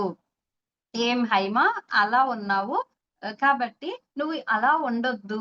నువ్వు వేరే వాళ్ళ వస్తువుల మీద అలా ఆశ పడొద్దు అని మీకు మీరు గైడ్ చేసుకోవడం ద్వారా దాన్ని మార్చుకోవచ్చు మాస్టర్స్. ఇలా ఎన్నున్నాయో బోలెడన్ని స్టోరీస్ ఉన్నాయి. ఓ ఓ ఒక్కొక్కళ్ళకి వందలుంటాయి. ఇది ప్రాక్టీస్ చేసిన వాళ్ళకి. అలాగా మనల్ని మనం మార్చుకోవచ్చు మాస్టర్స్. జీవాత్మలో ఉన్నటువంటి జ్ఞానాన్ని ఆత్మలోకి పంపించాలి. ఆత్మలో ఉన్న జ్ఞానాన్ని జీవాత్మలోకి తేవాలి. ఒక్కొక్కసారి ఇక్కడ ముదనష్టంగా ఉంటాం. ఇక్కడ మంచిగా ఉండం. ఇక్కడ జలస్ తోటి, అహం తోటి కొట్టుకుంటా ఉంటాం. కానీ ఆత్మలో మాత్రం అందరిని అంగీకరిస్తూ, అందరితో ప్రేమతత్వంతో కనిపిస్తాం. అంటే దానర్థం ఏంటి? ఆత్మలో ఆ సుగుణం ఉంది. అద్భుతమైన గుణం ఉంది. కానీ ఇక్కడ లేదు. అప్పుడేం చెయ్యాలి? మళ్ళీ ధ్యానంలో కూర్చొని, ఒరేయ్! నువ్వు ఆత్మలో ఎంత అద్భుతంగా ఉన్నావు. ఇక్కడేంటి ఇలాగున్నావు? అలా ఉండొద్దు అని మీకు మీరు గైడ్ జేసుకోండి. అప్పుడది మారిపోతది మాస్టర్స్. సో, ఇక్కడ ఈ జీవాత్మలోది హాఫ్ సర్కిలు, ఆత్మలోది ఇంకొక హాఫ్ సర్కిల్. మరి రౌండ్ పూర్తవ్వాలంటే ఈ హాఫ్ ఉండాలి, ఈ హాఫ్ ఉండాలి. ఇదున్నా సరిపోదు, ఇదున్నా సరిపోదు. కాబట్టి జీవాత్మలోని, ఆత్మలోను రెండిట్లోనూ ఒకేలాగా మన సుగుణాలుండాలి.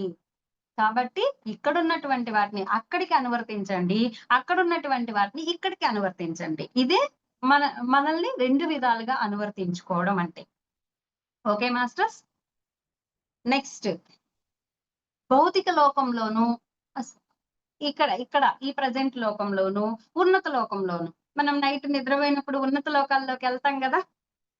మనల్ని మనం అనువర్తించుకోవడం కొనసాగించాలి. అయితే ఇది ఈరోజు చేసేసి హమ్మయ్య! అయిపోయిందనుకునేది కాదు. రెగ్యులర్‌గా చేస్తూనే ఉండాలి. ప్రతిరోజు 36 శ్వాసలు చేసి, ప్రాక్టీస్ చేసి, మనలో ఉండే గుణాల్ని ఒక్కొక్కటి, ఒక్కొక్కటి ఉన్నతీకరించుకుంటూనే ఉండాలి. ఇది నిరంతరం చేసేటువంటి ప్రాసెస్సు. అప్పుడేమవుతదంటే, మన చైతన్యము ఆహ్, డబల్‌కి డబల్ పెరిగిపోతా ఉంటదనమాట.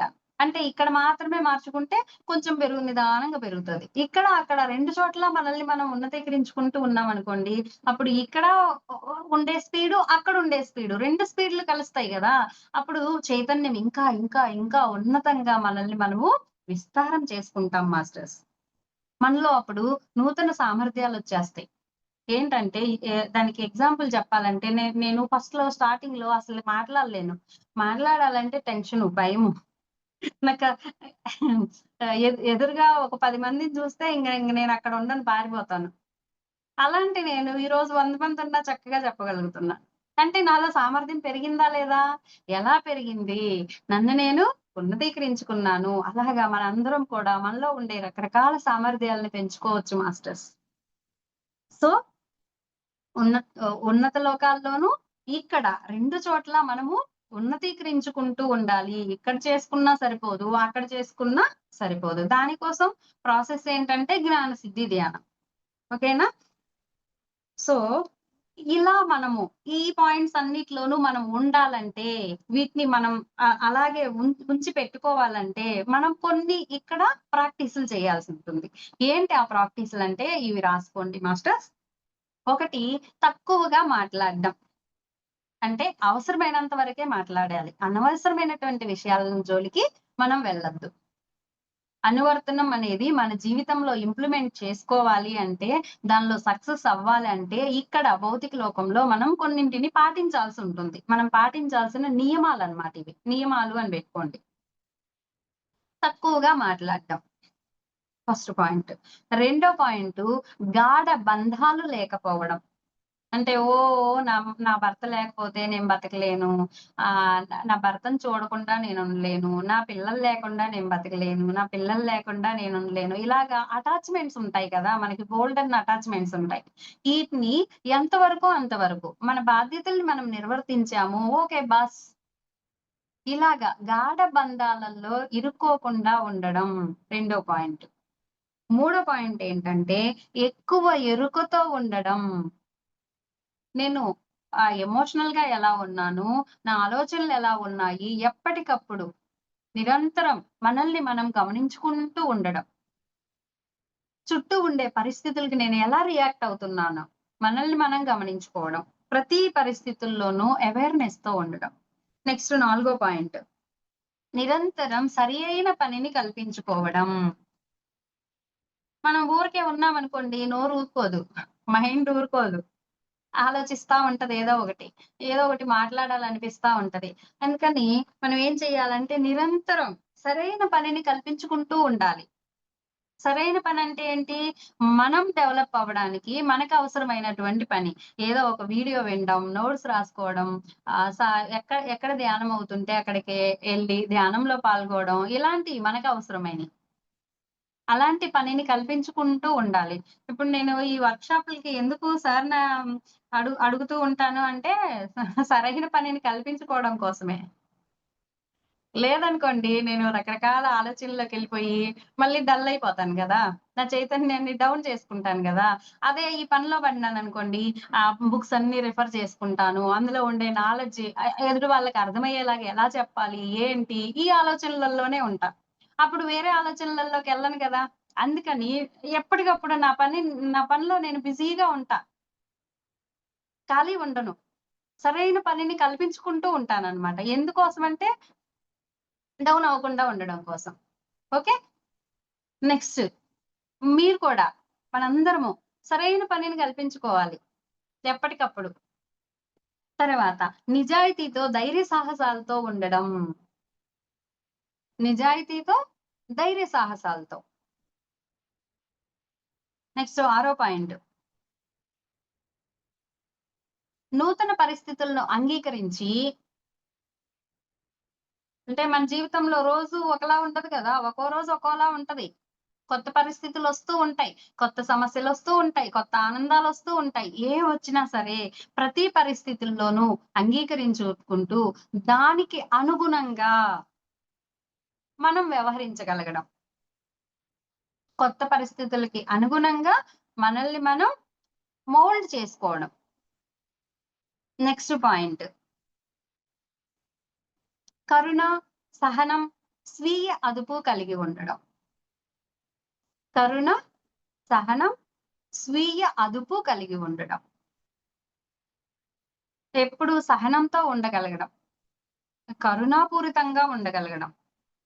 స్వీయ అదుపు అంటే మన కంట్రోల్‌లో మనం ఉండగలగడం. మనం మాట్లాడాలి అనుకుంటేనే మాట్లాడడం. మనం కోపం తెచ్చుకోవాలి అనుకుంటేనే తెచ్చుకోవడం. మనం ఏడవాలి అనుకుంటేనే ఏడవడం. మనం ఏడవద్దు అనుకుంటే కన్నీళ్ళు ఆగిపోవాలి. అదేది 'మహానటి' సినిమాలో ఆమె ఉంది చూడండి. సావిత్రి. ఒక్క కంట్లోనే నీళ్ళు రావాలి. 2 చుక్కలే రావాలంటే అన్నీ వస్తాయి. చూడండి ఆమె ఎంత కంట్రోల్‌లో ఉందో ఆమె కంట్రోల్‌లో ఆమె. మనకలా వస్తాయా? ఏయ్! కళ్ళనీళ్ళు ఆపు అన్నా గూడా లొడ లొడ కారిపోతుంటాయి. నాకైతే కారిపోతాయమ్మా! మీకేమో నాకు తెలీదు. అంటే దానర్థం ఏంటి? మన కంట్రోల్‌లో మనం ఇంకా లేము. ఓకే. భౌతిక పరంగా, ఎమోషనల్‌గా, మన మైండ్ పరంగా, ఆలోచనల పరంగా మూడిట్లోని. భౌతిక పరంగా అంటే ఇప్పుడు అనుకున్నాం గదా! కన్నీళ్ళు రావాలంటేనే 2 చుక్కలు రావాలంటే 2 చుక్కలే రావాలి. ఎమోషనల్‌గా నేను ఇప్పుడు కోపం పడాలి అనుకుంటేనే కోపం పడాలి. ఆలోచనలు. ఈ నెగెటివ్ ఆలోచనలు రావద్దు, ఈ నాకొద్దు అనుకుంటే ఆగిపోవాలి. అలా మనం ఉన్నామా? అలా మనల్ని మనం ప్రాక్టీస్ చేసుకోవాలి మాస్టర్స్. ఇవన్నీ చేసినప్పుడు మనం మనల్ని మనం ఉన్నతీకరించుకోగలుగుతాము. అనువర్తనంలో మనము పర్ఫెక్ట్‌గా ఉండగలుగుతాము. ఓకే. అనువర్తనం అన్న సుగుణం అయిపోయింది మాస్టర్స్. నెక్స్ట్ రెండో సుగుణంలోకెళ్ళిపోదాం. ఆరాధన. రెండో సుగుణం ఆరాధన లేదా ప్రశంస. ఇది ఈ రోజు అయిపిద్దాం అనుకున్నా ఏమో అయిపోతదో లేదో. కరుణ, సహనం, స్వీయ అదుపు కలిగి ఉండడం. ఓకే. ప్రశంస. ప్రశంస అంటే మనందరికి తెలుసు. అందరిని పొగడ్డం. ఓకే. మన చైతన్యాన్ని విస్తారంగా పెంచేటువంటి సుగుణాల్లో ఇది ముఖ్యమైనది మాస్టర్స్. చాలా సింపుల్. ఈజీ అయింది మరియు ముఖ్యమైనది. దీన్ని గనక మనం అలవరుచుకున్నామంటే ఏమవుతుందంటే మన జీవితం మొత్తం మారిపోతది. మనలో ఉన్నటువంటి అహం, మనం ఎప్పుడు అహంతో ఉంటూ ఉంటాం గదా! ఆ మనలో ఉన్నటువంటి అహం, తర్వాత అతిశయం. అతిశయం అంటే ఏంటంటే ఎప్పుడూ డబ్బాలు కొట్టుకుంటాం. నేనే గొప్ప, నాకు తెలిసినంత ఎవరికీ తెలీదు, నేను చేసినంత సాధన ఎవరము చెయ్యము. ఇలాగా మనం సొంత డబ్బాలు కొట్టుకుంటుంటాం. అతిశయం, నేనే గొప్ప అన్న ఫీలింగ్ అన్నమాట. అహము, అతిశయము. తర్వాత వీటన్నిటి నుంచి బయటకొచ్చి వినయంలో ఉండగలుగుతాము. నాకు కొంత తెలుసబ్బా! ఇంకా తెలుసుకోవాల్సింది బోలెడంతుంది అన్న వినయం ఒస్తది మనలోన. అహము, అతిశయం తగ్గిపోయి వినయమొస్తది. ఎప్పుడు? మనం ఆరాధనా పూర్వకంగా ఉంటే, ప్రశంసాపూర్వకంగా ఉన్నప్పుడు. ఈ సుగుణాన్ని మనలో మనము పెంపొందించుకున్నప్పుడు. సో, నా అంతటి వాళ్ళు లేరు. నేను గొప్ప అన్న భావాల నుంచి మనల్ని బయటికి తీసుకొచ్చేదేంటి అంటే ప్రశంస. ఎప్పుడన్నా నా అంతటోళ్ళు అనుకున్నామనుకో, వెంటనే అబ్బా! వాళ్ళు చూడు నాకంటే ఇంకా బాగా చెప్తున్నారు గదా! ఇంకేంటి అని జెప్పి వాళ్ళు అద్భుతం గదా! అని వాళ్ళని పొగడగలగడం. అప్పుడు మనలో ఉన్నటువంటి అతిశయాన్ని మనం కంట్రోల్ చేసుకోగలుగుతాం.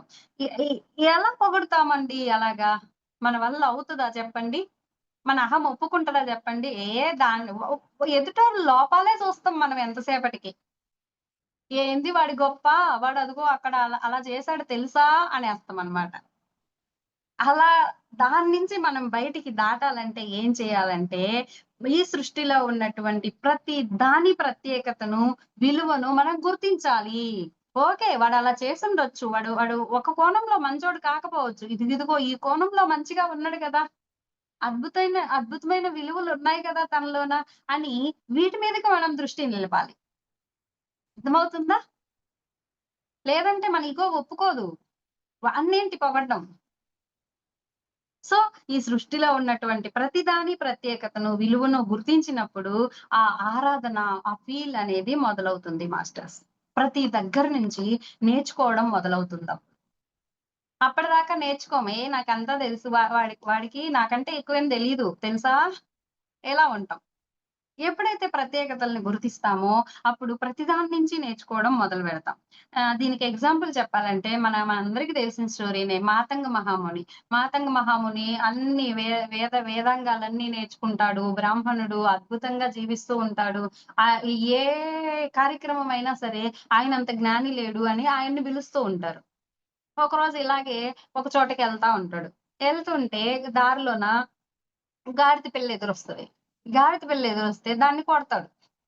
"ఏ పక్కకి తప్పుకో నేనింత జ్ఞానిని నేనొస్తుంటే నీకు అర్థం కావట్లేదా?" అని జెప్పి. చూసారా? నాకే అన్నీ తెలుసు. అతిశయం. సో, ఆ గాడిద పిల్ల ఏం చేస్తది? ఏడ్చుకుంటా ఎళ్లి, పక్కనే వాళ్ళ అమ్ముంటే, "అమ్మ చూడు ఈ మనుషులసలు దుర్మార్గులు. వాళ్ళు పెద్ద పుడింగులనుకుంట్రు. చిన్నదాన్ని నన్ను కొట్టకూడదన్న చిన్న విషయం గూడా ఆడికి తెలియలేదు" అని జెప్పి ఎళ్తదన్నమాట వాళ్ళ అమ్మ దగ్గరికి. ఈయనకి ఆహ్, జంతువుల భాష తెలుసు. జంతువుల భాష తెలిసి అది వింటడు. పక్క నుంచి విని, అయ్యో! చిన్న పిల్లల్ని కొట్టకూడదన్న చిన్న విషయం గూడా తెలీదని గాడిద పిల్ల నన్నెక్కిరిస్తుందా? అంతే స్టన్ అయిపోతాడు. వాళ్ళ అమ్మ చెప్తది, "ఈ మనుషులు ఇంతేనమ్మా, దుర్మార్గులు. వాళ్ళకి కాస్త గూడా అవేర్‌నెస్ ఉండదు. ఎలా ప్రవర్తించాలో ఆళ్ళకి తెలీదు. ఎందుకంటే వాళ్ళొక అహంలో ఉంటారు. మేమే గొప్ప అన్న ఫీలింగ్‌లో ఉంటారు" అని జెప్పి వాళ్ళమ్మ చెప్తది. ఇయన్నీ ఆయనకి అర్థమైపోతాయి. ఓరిని! ఒక చిన్న గాడిద పిల్ల నన్నిట్లా అనిందా? ఒక గాడిదకున్న జ్ఞానం నాకు లేకపోయిందా? అని చెప్పి ఆ గాడిద దగ్గరికెళ్తాడు. "నువ్వు మామూలు దానివి గాదు. అసలు నువ్వెవరో జెప్పు, ఏంటి?" అని జెప్పి అప్పుడు దాని దగ్గరికెళ్లి నేర్చుకోవడానికి రెడీ అయిపోతాడు. చూసారా మాస్టర్స్? అంటే ఎదుటి వారిలో ఉన్నటువంటి ప్రత్యేకతని, వాళ్ళలో ఉన్నటువంటి విలువని మనం ఎప్పుడైతే గుర్తిస్తామో, అప్పుడు వాళ్ళని మనం ప్రశంసించడం మొదలుపెడతాం. ఆరాధించడం మొదలుపెడతాం. ఆ రోజు గాడిద దగ్గరికెళ్లి చక్కగా జ్ఞానం నేర్చుకుంటాడాయన. ఇప్పటిదాకా ఏమనుకుంటున్నాడు? నేనే గొప్ప, నేను వేదాంగాలన్నీ చదువుకున్నాను. నాకు తెలియనిదంటూ లేదు అనుకున్నాడు. ఇప్పుడు ఆ భ్రమంతా తొలగిపోయింది. చూసారా? ఎందుకు? ఆ గాడిద పిల్లలో ఉన్నటువంటి ప్రత్యేకతని గమనించినప్పుడు. సో, ఈ సృష్టిలో ఉన్నటువంటి ప్రతి దానిలోనూ ఏదో ఒక ప్రత్యేకత ఉంటుంది. ఆ ప్రత్యేకతని మనం ఎప్పుడైతే గమనించుకుంటామో, అప్పుడు మనము ఆ ఎదుటి వాళ్ళకి ఇవ్వాల్సినటువంటి విలువనిస్తాము. వాళ్ళని అంగీకరిస్తాము. వాళ్ళని ఆరాధిస్తాము మాస్టర్స్. సో, మనం ఏం చేస్తామంటే ఒక్కదానికే లాక్ అయిపోయి ఉంటాం. ఇదింతే ఈ సృష్టిలో ఇంతకంటే గొప్పది లేదు అని జెప్పి డిసైడ్ అయిపోతాం. ఆ డిసైడ్ అవ్వడము, దానికి మాత్రమే విలువనియ్యడం ఎప్పుడైతే పక్కన పెడతామో, అప్పుడు సృష్టిలో ఉండే అన్నింటి నుంచి నేర్చుకోవడం మొదలుపెడతాం. దత్తాత్రేయ స్వామి సృష్టిలో ఉండే వాటన్నిటి నుంచి నేర్చుకొని నాకు ఇంతమంది గురువులున్నారు అని జెప్పి చెప్పుకుంటాడు. ఎవరు ఆయన గురువులు? గబ్బిలము, పిల్లి, కుక్క, వేశ్య ఇలా చెప్తాడు. ఏంటి వాటి నుంచా? మనమైతే వాటి మొహం చూస్తామా చెప్పండి? అంటే ఈ సృష్టిలో ఉండే ప్రతి దానిలోనూ మనము ప్రత్యేకతను గుర్తించగలగాలి మాస్టర్స్. అప్పుడే మనము ఆరాధన లేదా ప్రశంస అనేటువంటి సుగుణాన్ని మనం పెంపొందించుకోగలుగుతాము. ఓకేనా? ఒక గొంగళి పురుగుంది. ఆ గొంగళి పురుగుని మనం అసహించుకుంటాం కదా! ఎంత అసహించుకుంటాం దాన్ని? మరి అది మంచిగా తినేసి ఒక గూడు కట్టుకొని 21 రోజులు అలా ఉండిపోతది. మనం 21 నిమిషాలు ఉండలేక చచ్చిపోతున్నాం. అవునా?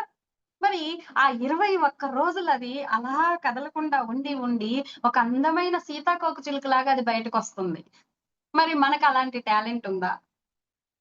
అంటే దానిలో ప్రత్యేకత ఉంది గదా! దాన్నెందుకు మనం గుర్తించలేకపోతున్నాము? గుర్తించినప్పుడు దాన్ని ఆరాధిస్తాం ఫ్రెండ్స్.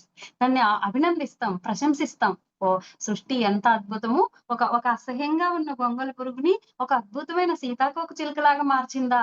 నల్లగున్నది ఒకే రంగులో ఉన్నది ఇన్ని రంగులద్దుకుందా? అప్పుడు ఆశ్చర్యం వస్తదా? రాదా మనకి? దాన్ని మనం అద్భుతంగా చూడగలుగుతామా? లేదా? సో, ప్రతి దానిలోని ప్రత్యేకతుంది. ఒక పక్షుంది. ఒక పక్షి అందంగా గూడు కట్టుకుంటుంది మాస్టర్స్.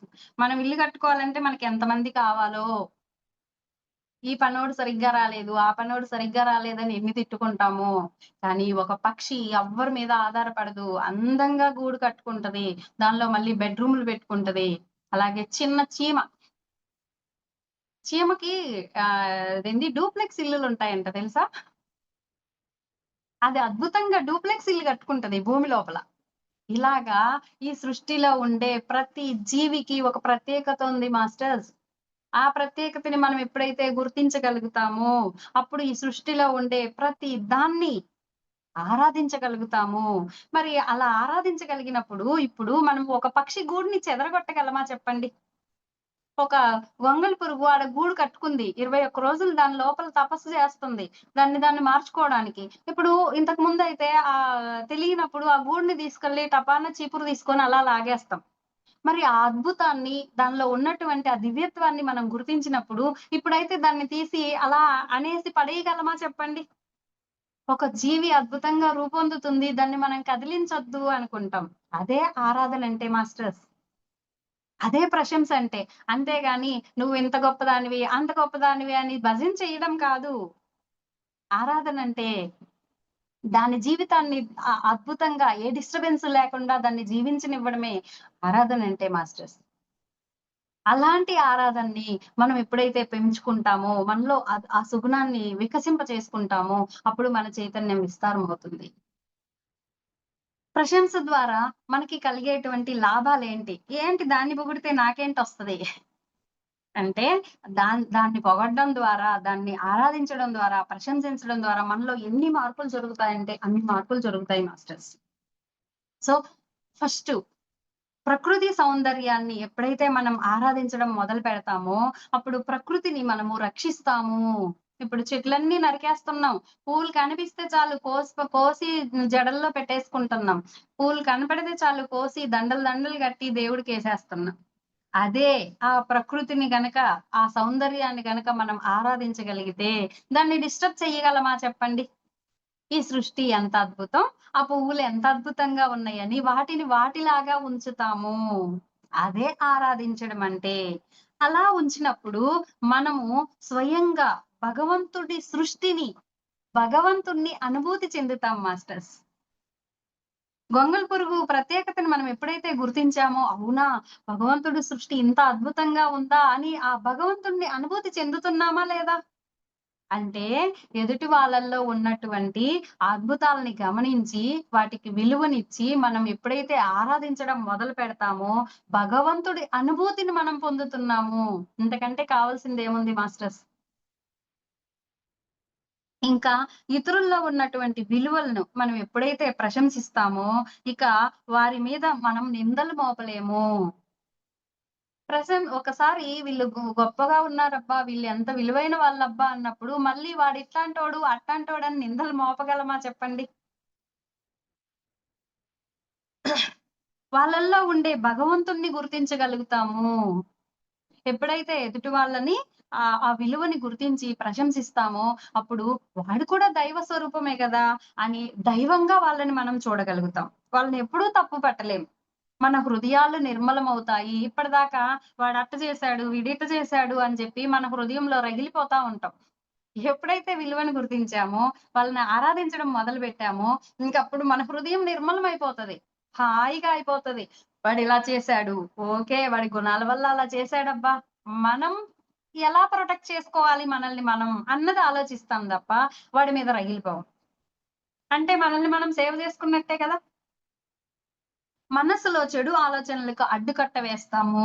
ఇంకా నెగెటివ్ ఆలోచనలెక్కడున్నాయి? ఓకే. వాడి ఆత్మస్థితి అదే. అందుకే అలాగున్నాడు. ఇంకేంటి అక్కడ ఇంకా కాంట్రోవర్సీ లేదు గదా! ఇలా ప్రశంస అనేది మనలో ఆధ్యాత్మిక ఉన్నతికి దారి తీస్తుంది. నెక్స్ట్ దేనినైతే మనం ప్రశంసిస్తామో క్రమంగా దానిలాగా మారిపోతాము. ఫస్ట్ చెప్పుకున్నాం గదా! మనం దేన్నైతే చూస్తూ ఉంటామో, దేన్నైతే ఆలోచిస్తూ ఉంటామో మనం అదయిపోతామని. ఇప్పుడు ఎదుటి వాళ్ళలో ఉన్నటువంటి విలువల్ని మనం ఎప్పుడైతే ప్రశంసించడం మొదలు పెడతామో, ఆరాధించడం మొదలు పెడతామో, మనం కూడా అదయిపోతాం మాస్టర్స్.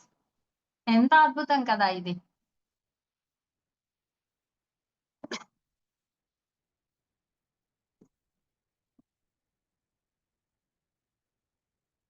సో, ఇది అర్థం కావాలంటే మనం గూడా వాళ్ళలాగా అయిపోతామంటే 'మిలారెపే' స్టోరీ తీసుకుందాం. 'మిలారెపే' ఫస్ట్ ఏం చేశాడు? వాళ్ళకి అన్యాయం జరిగిపోయింది. వాళ్ళ బాబాయోళ్ళు ఆస్తంతా తీసేసుకున్నారు. వాళ్ళ చెల్లిని, వాళ్ళ అమ్మని చాలా ఇబ్బంది పెట్టాడు. దాంతోటి వాళ్ళ అమ్మ ఏం చేసింది? "నాయనా నువ్వు వాళ్ళని ఎలాగైనా నాశనం చెయ్యాలి" అని చెప్పింది. అంటే దానికి అట్రాక్ట్ అయిపోయాడు. ఆ విలువను పెంపొందించుకున్నాడు. ఎమ్మటే ఏమైపోయిండు? ఒక బ్లాక్ మ్యాజిక్ చేసేటువంటి ఒక గురువు దగ్గరికెళ్ళి బ్లాక్ మ్యాజిక్ నేర్చుకొని అలా తయారైపోయాడు. అంటే అతను దేని మీద దృష్టి పెట్టాడు? బ్లాక్ మ్యాజిక్ మీద దృష్టి పెట్టాడు. వెంటనే అదిగా మారిపోయాడు. తర్వాత ఆయనకి విసుగొచ్చేసింది. నేనేంటి చేస్తున్నాను? ఎందుకిలా చేస్తున్నానని తనకి తనకే రియలైజ్ అయ్యాడు. అయ్యి ఇలా కాదు నేనుండాల్సింది. ఒక అద్భుతమైనటువంటి మాస్టర్‌గా రెడీ అవ్వాలి. నేనొక ఉన్నతమైన స్థితిలోకెళ్ళాలి అని చెప్పి మళ్ళీ దాని మీద దృష్టి పెట్టాడు. దాని మీద దృష్టి పెట్టగానే ఏమయ్యాడు? ఆయన జీవితంలోకి మార్ఫా అని ఒక గురువుగారొచ్చారు. వచ్చి తన్ని, తిట్టి, రక్తమొచ్చేలాగా దొర్లిచ్చి, దొర్లిచ్చి కొట్టి అతన్ని ఒక అద్భుతమైనటువంటి మాస్టర్‌గా ఉన్నతీకరించాడు. ఇది ఎవరి చేతుల్లో ఉంది మాస్టర్స్? ఒక బ్లాక్ మ్యాజిక్ చెయ్యాలి అనుకోని దాని మీద దృష్టి పెట్టాడు. అదే అయిపోయాడు. మళ్ళీ కాదు నన్ను నేను ఉన్నతీకరించుకోవాలి అనుకున్నాడు. అన్ని నొప్పుల్ని భరించాడు. అక్కడ వ్యతిరేకించలేదు. ఆయన టార్గెట్ ఏముంది? నన్ను నేను ఉన్నతీకరించుకోవాలబ్బా! నేను ఒక హయ్యర్ స్థితిలో ఒక ఉన్నత చైతన్యంగా మారాలి అనుకున్నాడు. అందుకనే గురువు కొట్టినా, తిట్టినా ఏం చేసినా రక్తమొచ్చేలాగా బాడీ ఓనమైపోయింది తెలుసా? అయినా భరించాడు. ఎందుకంటే ఆయన దృష్టి దేని మీదుంది? ఉన్నతత్వం మీదుంది. మనమైతే చిన్న ఇబ్బందొచ్చిందనుకోండి ధ్యానం సెంటర్‌కెళ్తాం. ధ్యానం చేద్దామని కూర్చుంటాం. అక్కడ ఫ్యాన్ ఎయకపోతే చాలు ఇంక ఆగిపోతాం. వాడు ఫ్యాన్ ఎయలేదు నేనెళ్ళకపోతే ఎళ్తే. వాడు ఫ్యాన్ ఎయకపోతే నేనేంటెళ్ళేది తొక్కలో ధ్యానము. ఇలా ఆలోచిస్తాం మనం. ఇంకేంటి మనం ఉన్నతీకరించుకోవడం మన మొహం. సో, మనల్ని మనం ఉన్నతీకరించుకోవాలంటే ఎలాంటి పరిస్థితులనైనా అంగీకరించి, దేన్నైనా యాక్సెప్ట్ చేసుకుంటూ, ఎన్ని కష్టాలైనా పడుతూ మన లక్ష్యం ఎక్కడుండాలి? ఆ ఉన్నతీకరించుకోవడం మీదే ఉండాలి.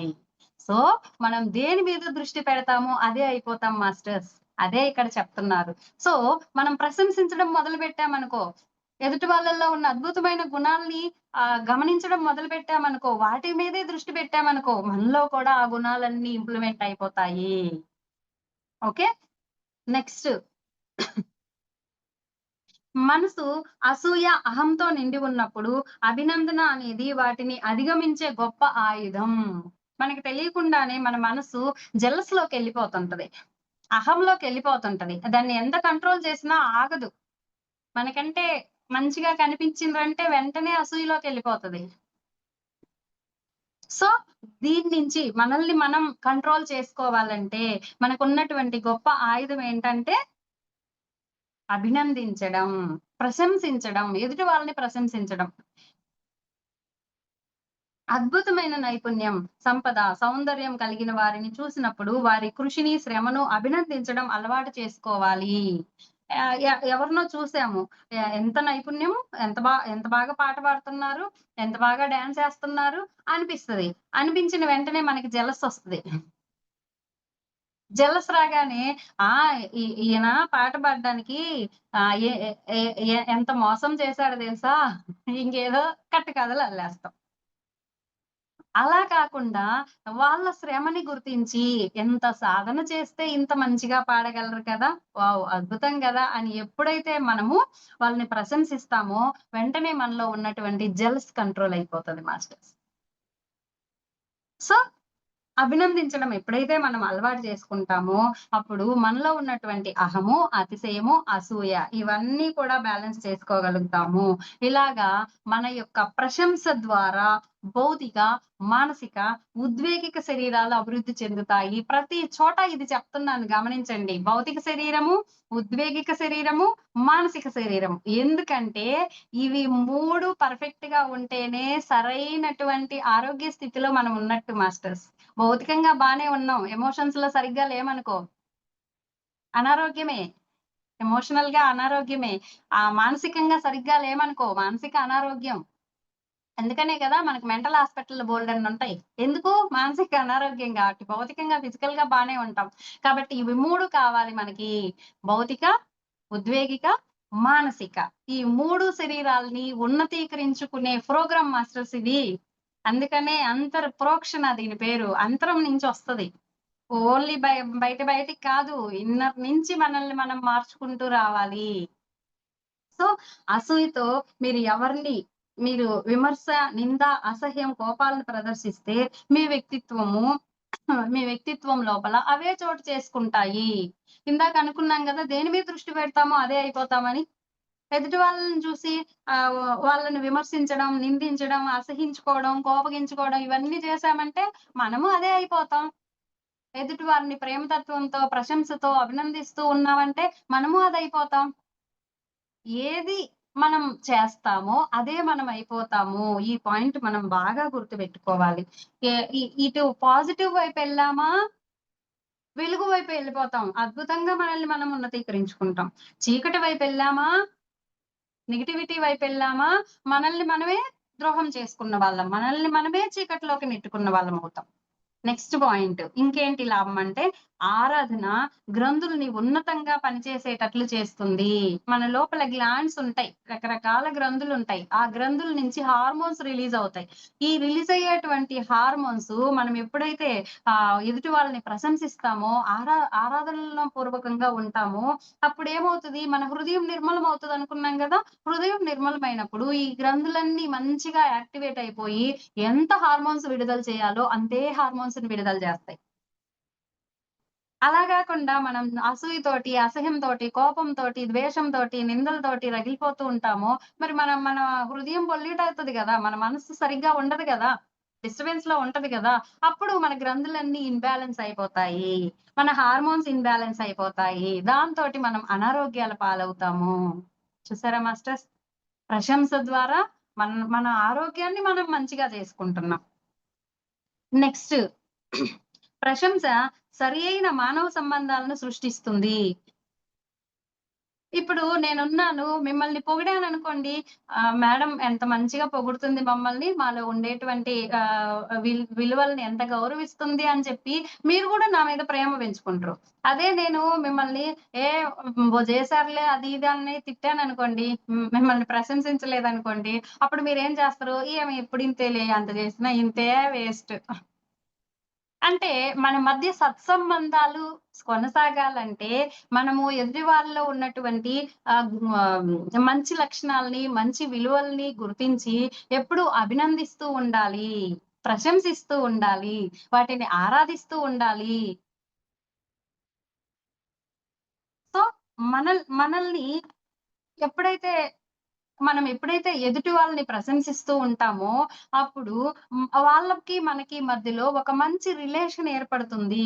అలాగని ఏం చేసినా ప్రశంసించమని కాదు. వాళ్ళలో ఉండేటువంటి విలువల్ని గుర్తించి ప్రశంసించమని. మీరు వంశీ సార్‌తో ట్రావెల్ చేసుంటే, ఈ క్షణంలో ఇంతెత్తున పొగుడుతారు. పక్క క్షణంలో తిడతారు. ఏంటి అంటే, మనలో ఉన్నటువంటి గుణాల్ని పొగుడుతారు. మంచి గుణాల్ని, సుగుణాల్ని పొగుడుతారు. పక్కనే మళ్ళీ మొదటి గుణాలుంటాయిగా ఆటిని తిడతారు. అలా అన్నమాట. సో, ఈ ప్రశంస అనేది ఎప్పుడు కూడా అంటే ప్రతి ఒక్కరిలోని సర్వాత్మ భావంతోటి గుర్తించి నీ లోపలున్నటువంటి దైవత్వాన్ని పొగడాలి. దైవత్వాన్ని ఆరాధించాలి. అంతేగాని నిన్ను కాదు. మళ్ళీ ఇక్కడ మెలిక పెట్టేసాడు టార్కోమ్ గారు. అలాగని ఎదుటి వాళ్ళందరిని పొగిడేయకండి. వాళ్ళల్లో ఉన్నటువంటి దైవాన్ని పొగడండి. దైవాన్ని ప్రశంసించండి. దైవాన్ని ఆరాధించండి. Okay masters? ఇది అర్థం కావాలంటే జనమేజయుడు. ఆస్తికుడు మంచిగా అదేంటి జనమేజయుడు పాములకి సంబంధించి సర్పయాగం చేస్తూ ఉంటాడు. సర్పాలన్నీ పడి చనిపోతూ ఉంటాయి. అప్పుడు అస్తికుడొస్తాడు. పాములన్నీ చనిపోతుంటే అయ్యయ్యో! అని చెప్పి పరిగెత్తుకుంటా వచ్చి మరి నువ్వు ఇలాంటి మొదటి పని చేస్తున్నావు. నువ్విలా చేస్తే ఎలా? అలా చేస్తే ఎలా? అంటే జనమేజయుడు వింటాడా చెప్పండి? అందుకని ఆయనలో ఉన్నటువంటి అద్భుతమైన గుణాల్ని పొగుడుతాడు ఫస్టు. అసలు నువ్వెవరనుకుంటున్నావు? అసలు మీ నాన్న ఎవరనుకుంటున్నావు? మీ తాత ఎవరనుకుంటున్నావు? వాళ్ళు ఎంత గొప్పవాళ్ళు అని చెప్పి ఇలాగా వాళ్ళలో ఉండేటువంటి గొప్ప లక్షణాలన్నిటిని పొగుడుతాడు. పొగిడి చివరికి ఇంత అద్భుతమైనటువంటి నువ్వు ఇలాంటి పని చెయ్యొచ్చా? అనంగానే జనమేజయుడు అవును కదా! నేను ఏంటి ఇలా ప్రవర్తిస్తున్నాను అని చెప్పి అవేర్‌నెస్‌లోకొస్తాడు. చూసారా మాస్టర్స్? అంటే తనలో ఉన్నటువంటి ఆ అద్భుతమైనటువంటి గుణాల్ని తను ఆరాధించాడు అస్తిక మహర్షి. ఆరాధించడం వల్ల తనకి ఎలా చెప్పాలో అలా చెప్పడం వల్ల పరిస్థితిని అనుకూలంగా తయారు చేయగలిగాడు. సో, సత్సంబంధం ఏర్పడింది. ఫస్టు ఎదుటి వాళ్ళు మనల్ని అంగీకరించాలంటే ముందు వాళ్ళకి, మనకి మధ్య సత్సంబంధం ఏర్పడాలి. ఓకే. ఆ సత్సంబంధం ఏర్పడాలంటే ముందు వాళ్ళని ప్రశంసించాలి, ఆరాధించాలి. Okay masters? ఇంకా ఏమవుతదంటే ప్రశంసించడం వల్ల మీరేదో డిస్టర్బెన్స్‌లో ఉన్నారు. అబ్బా! ఎంత మంచిగా చేస్తున్నారు అనంగానే మీకొక హాయొచ్చేస్తది. మీకొక మానసిక ప్రశాంతతొచ్చేస్తది. అవునా కాదా? సో, అలాంటి మానసిక స్వస్థతనివ్వగలుగుతాం ప్రశంస ద్వారా మనము. నెక్స్ట్ ప్రశంస అనేది ఎదుటి వారిలో జీవితాన్ని కొనసాగించే అంశాలను పెంపొందిస్తుంది. ఎదుటి వాళ్ళు చాలా డల్‌గా ఉంటారు. నేనెందుకు పనికిరాను, ఏంటోలే నా జీవితం ఏంటో ఇలాగుంది అన్నటువంటి ఫీలింగ్‌లో ఉంటారు.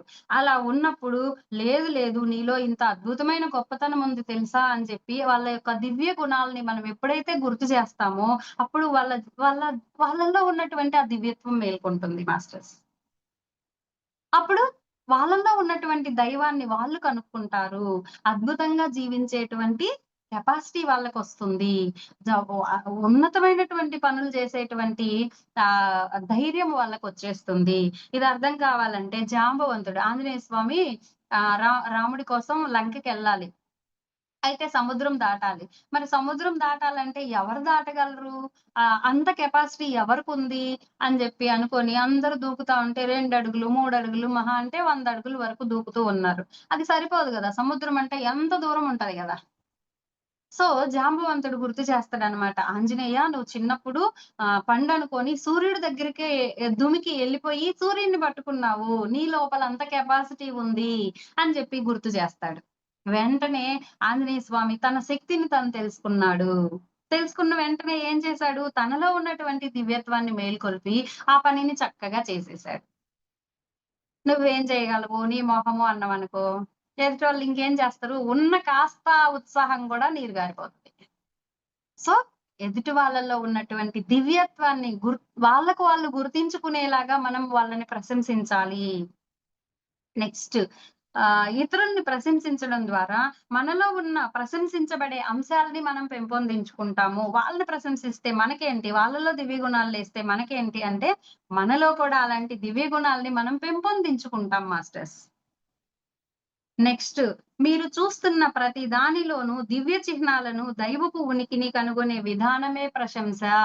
ప్రశంస అంటే ఏంటంటే, ఊరికే ఉత్తుత్తే నాలుకతో పొగడ్డం కాదు.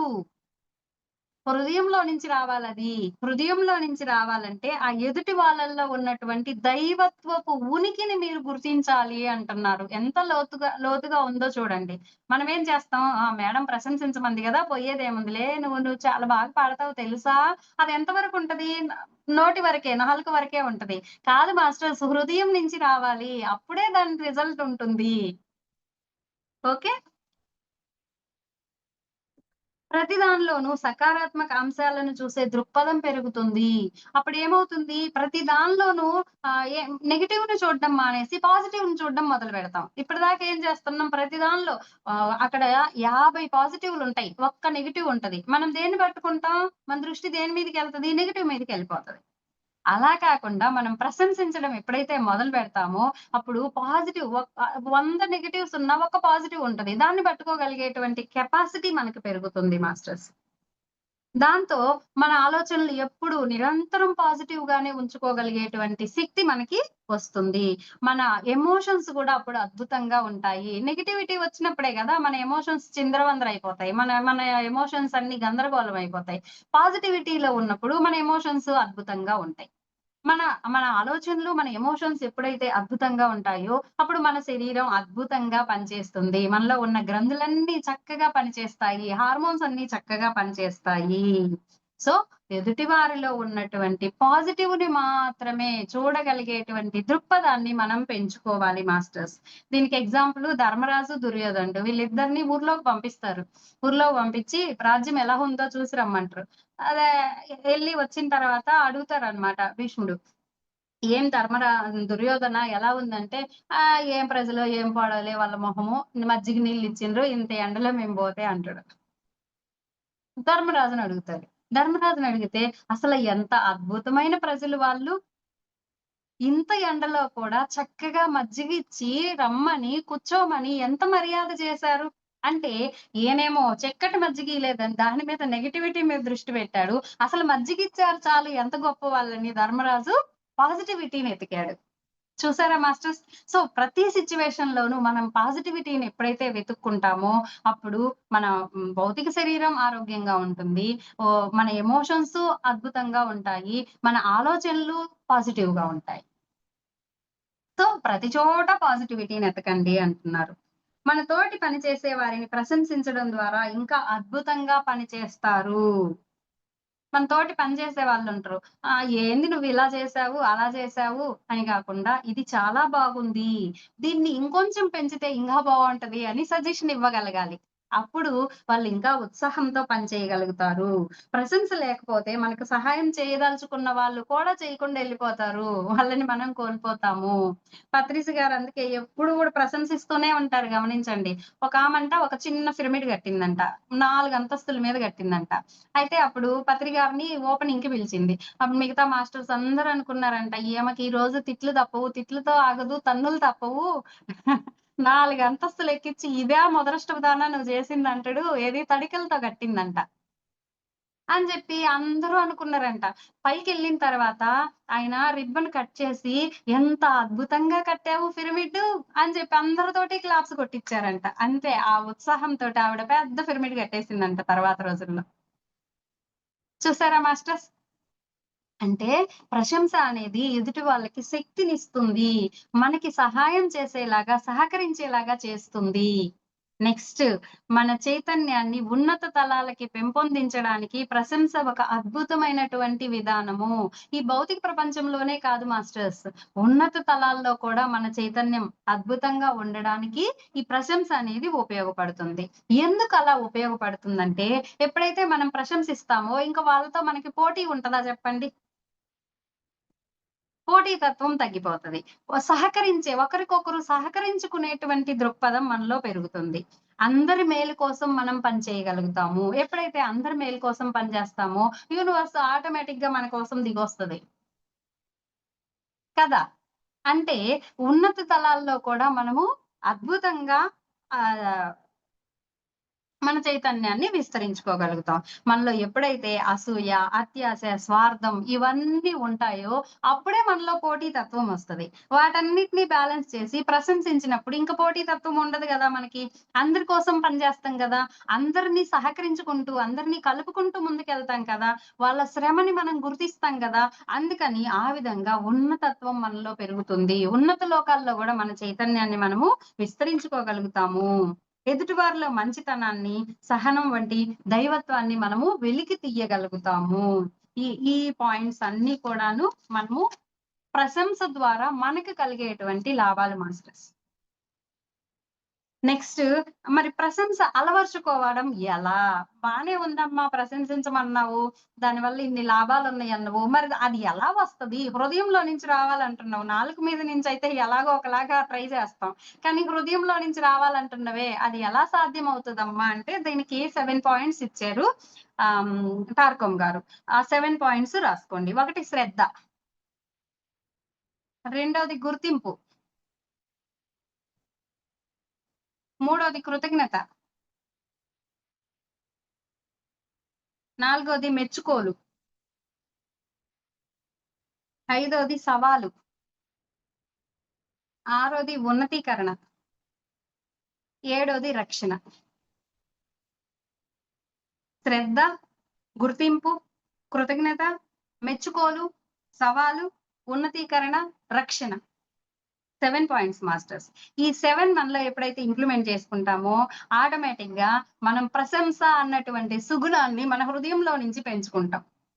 ఆ సుగుణం యొక్క కాంతి మన హృదయం నుంచి అలా బయటకొచ్చేస్తది. ఈ 7 ఇంప్లిమెంట్ చేసినప్పుడు.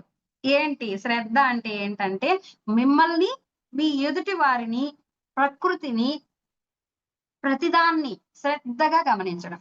శ్రద్ధ అంటే ఏంటంటే గమనిస్తూ ఉండడం ప్రతిదాన్ని. మిమ్మల్ని, మీ ఎదుటి వారిని, మీ చుట్టూ ఉండే ప్రకృతిని, ఈ సృష్టి మొత్తాన్ని ఎప్పటికప్పుడు నిరంతరం గమనిస్తూ ఉండడం. రెండో పాయింట్ గుర్తింపు. గుర్తింపంటే ఏంటంటే, ఇప్పుడు గమనిస్తూ ఉన్నాం గదా! గమనించినటువంటి ప్రతి దానిలోని ప్రశంసించదగినటువంటి అంశాలని గుర్తించడం. ఇందాక అనుకున్నాం కదా! ఒక గొంగళి పురుగు. ఆ గొంగళి పురుగుని గమనించాం. గమనించినప్పుడు ఏం కనిపిస్తది? నల్లగుంది, అది అలా పాకుతుంది. అంతకు మించి ఏం కనపడదు. కానీ దాన్ని పూర్తిగా ఎప్పుడైతే దాని మీద శ్రద్ధ పెట్టి మనం గమనిస్తామో, దానిలో ఉన్నటువంటి ప్రశంసించదగినటువంటి అంశాలని మనం గుర్తించగలుగుతాం మాస్టర్స్. అవునా కాదా? అలాగే ఒక వ్యక్తిని పూర్తిగా గమనించండి. ప్రశంసించదగినటువంటి అంశాలు వాళ్ళలో మనం అప్పుడు గుర్తిస్తాం. పైపైన అలా చూస్తే ఏం గుర్తించలేం. కదా! నెక్స్ట్ మూడోది కృతజ్ఞత. నిజంగా ఇంత అద్భుతమైన గుణాలున్నాయి. ఆళ్ళల్లో ఉన్నటువంటి అద్భుతమైన విలువలకి హృదయపూర్వకంగా కృతజ్ఞతలబ్బా! భగవంతుడు ఈ సృష్టిలో ఇంత అద్భుతాన్ని సృష్టించాడు. భగవంతుడా నీకు కృతజ్ఞతలబ్బా! ఎప్పుడైతే అలా చెప్తామో, అప్పుడు మనం ప్రశంసించదగినటువంటి ప్రతి అంశానికి కృతజ్ఞులమై ఉంటాము. అప్పుడు ప్రశంసించగలుగుతాము. కృతజ్ఞత లేకపోతే ప్రశంస రాదు. మెచ్చుకోలు, ఎదుటి వారిని అభినందించడం. మనం గుర్తించాం కదా! భగవంతుడికి కృతజ్ఞత చెప్పాం గదా! ఇప్పుడు వాళ్ళల్లో ఉన్నటువంటి ఆ అద్భుతమైనటువంటి గుణానికి, అద్భుతమైనటువంటి విలువకి మనము మెచ్చుకోలు అంటే ఎంత బాగా పాడుతున్నావు, నువ్వు ఎంత బాగా చేస్తున్నావు, ఇలాగా మెచ్చుకోగలుగుతాం మనం. నెక్స్ట్ సవాలు. అయితే ఇలా మెచ్చుకోవడానికి, ఆళ్ళని ప్రశంసించడానికి మనలో ఒక అహం అనేది అడ్డొస్తూ ఉంటుంది.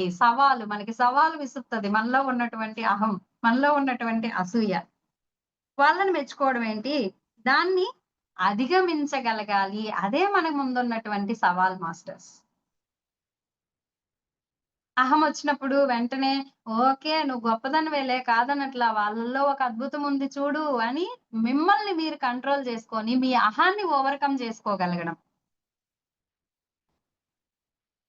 నెక్స్ట్ ఆరోది ఉన్నతీకరణ అనుకున్నాం గదా! ఉన్నతీకరణ అంటే ఏంటంటే, మిమ్మల్ని మీరు ప్రశంసించడానికి సిద్ధం చేసుకోవడం. మిమ్మల్ని మీరు నేనిప్పుడు వాళ్ళలో ఉన్న అద్భుతమైన గుణాన్ని చూసాను కదా! ఆఫ్టర్ ఆల్ అదేంటిలే కాదు. నేను వాళ్ళనిప్పుడు ప్రశంసించాలి అని మనల్ని మనం రెడీ చేసుకోవడం మాస్టర్స్. అప్పుడే మనల్ని మనం ఉన్నతీకరించుకుంటాం. ప్రశంసించదగినటువంటి అంశాలని అక్కడ వాళ్ళలో చూసి మనం కూడా అభివృద్ధి చేసుకోవడం. ఎదుటి వాళ్ళు అద్భుతమైన దాతృత్వంలో ఉన్నారు. దాన్ని గుర్తించాము. గుర్తించిన వెంటనే వాళ్ళని ప్రశంసిస్తాం. ప్రశంసించిన వెంటనే నేను కూడా ఆ దాతృత్వాన్ని పెంచుకోవాలి అని మనం ఎప్పుడైతే దాన్ని ఇంప్లిమెంట్ చేసుకుంటామో, అప్పుడు మనల్ని మనం ఉన్నతీకరించుకుంటాము. అదే ఉన్నతీకరించుకోవడం అంటే. ఎదుటి వాళ్ళలో ఉన్నటువంటి గుణాన్ని ప్రశంసించిన తర్వాత, దాన్ని మనలోకి తెచ్చుకోవడమే మనల్ని మనం ఉన్నతీకరించుకోవడం. రక్షణ. పూర్ణదీకరించుకున్నాం బానే ఉంది. వాళ్ళని చూసి మనం మనం ఇంప్లిమెంట్ చేస్తున్నాం. ఇంప్లిమెంట్ చేస్తున్నప్పుడు మనకి కొన్ని అడ్డంకులొస్తూ ఉంటాయి. ఆ అడ్డంకుల్ని అతిశయం వస్తూ ఉంటుంది. వాళ్ళు చేసేది నేను చేయడం ఏంటి? నేనింకా సూపర్‌గా ఉన్నాను అని ఇలాగా మన అహం మనల్ని వెనక్కి తీస్తూ ఉంటుంది. తీస్తూ ఉన్నప్పుడు కాదు నీలో ఉన్నటువంటి దాతృత్వాన్ని నువ్వు బయటికి తీయాలి అని దాని నుంచి మన యొక్క అహం నుంచి, మన యొక్క అతిశయం నుంచి మనల్ని మనం ప్రొటెక్ట్ చేసుకోవాలి. అదే రక్షణ అంటే మాస్టర్స్. ఈ ఏడింటిని మనం ఎప్పుడైతే పెంచుకుంటామో మన హృదయంలో నుంచి ప్రశంస అనేది మొదలవుతుంది. ఆరాధించడం అనేది మొదలవుతుంది. Okay masters. సో, రేపటి హోంవర్క్ ఏంటంటే, ఈ ప్రశంస అనే దాన్ని స్టార్ట్ చేసేయండి. ఎక్కడెక్కడ నేను ప్రశంసించొచ్చు వెతకండి. ధ్యానంలో కూర్చోండి. ఇంకా ఎక్కడ ప్రశంసించొచ్చు. ఓకే. అనువర్తనము, ప్రశంస వీటి రెండిటిని ప్రాక్టీస్ చేయాల్సినటువంటి హోంవర్క్ మీకుంది మాస్టర్స్. సో, రేపు ఆ రెండిటిని ప్రాక్టీస్ చేయండి. ఇప్పుడు ఒక 10 నిమిషాలు ధ్యానం చేద్దాము. ధ్యానంలో ఆ ప్రశంసని మనం ఇంక్లూడ్ చేసుకుందాం. సారొస్తారు ఈరోజు. సారొచ్చేలోపు మనం ఒక 10 నిమిషాలు ధ్యానం చేద్దాం. ఓకే. హాయిగా కూర్చుందాం.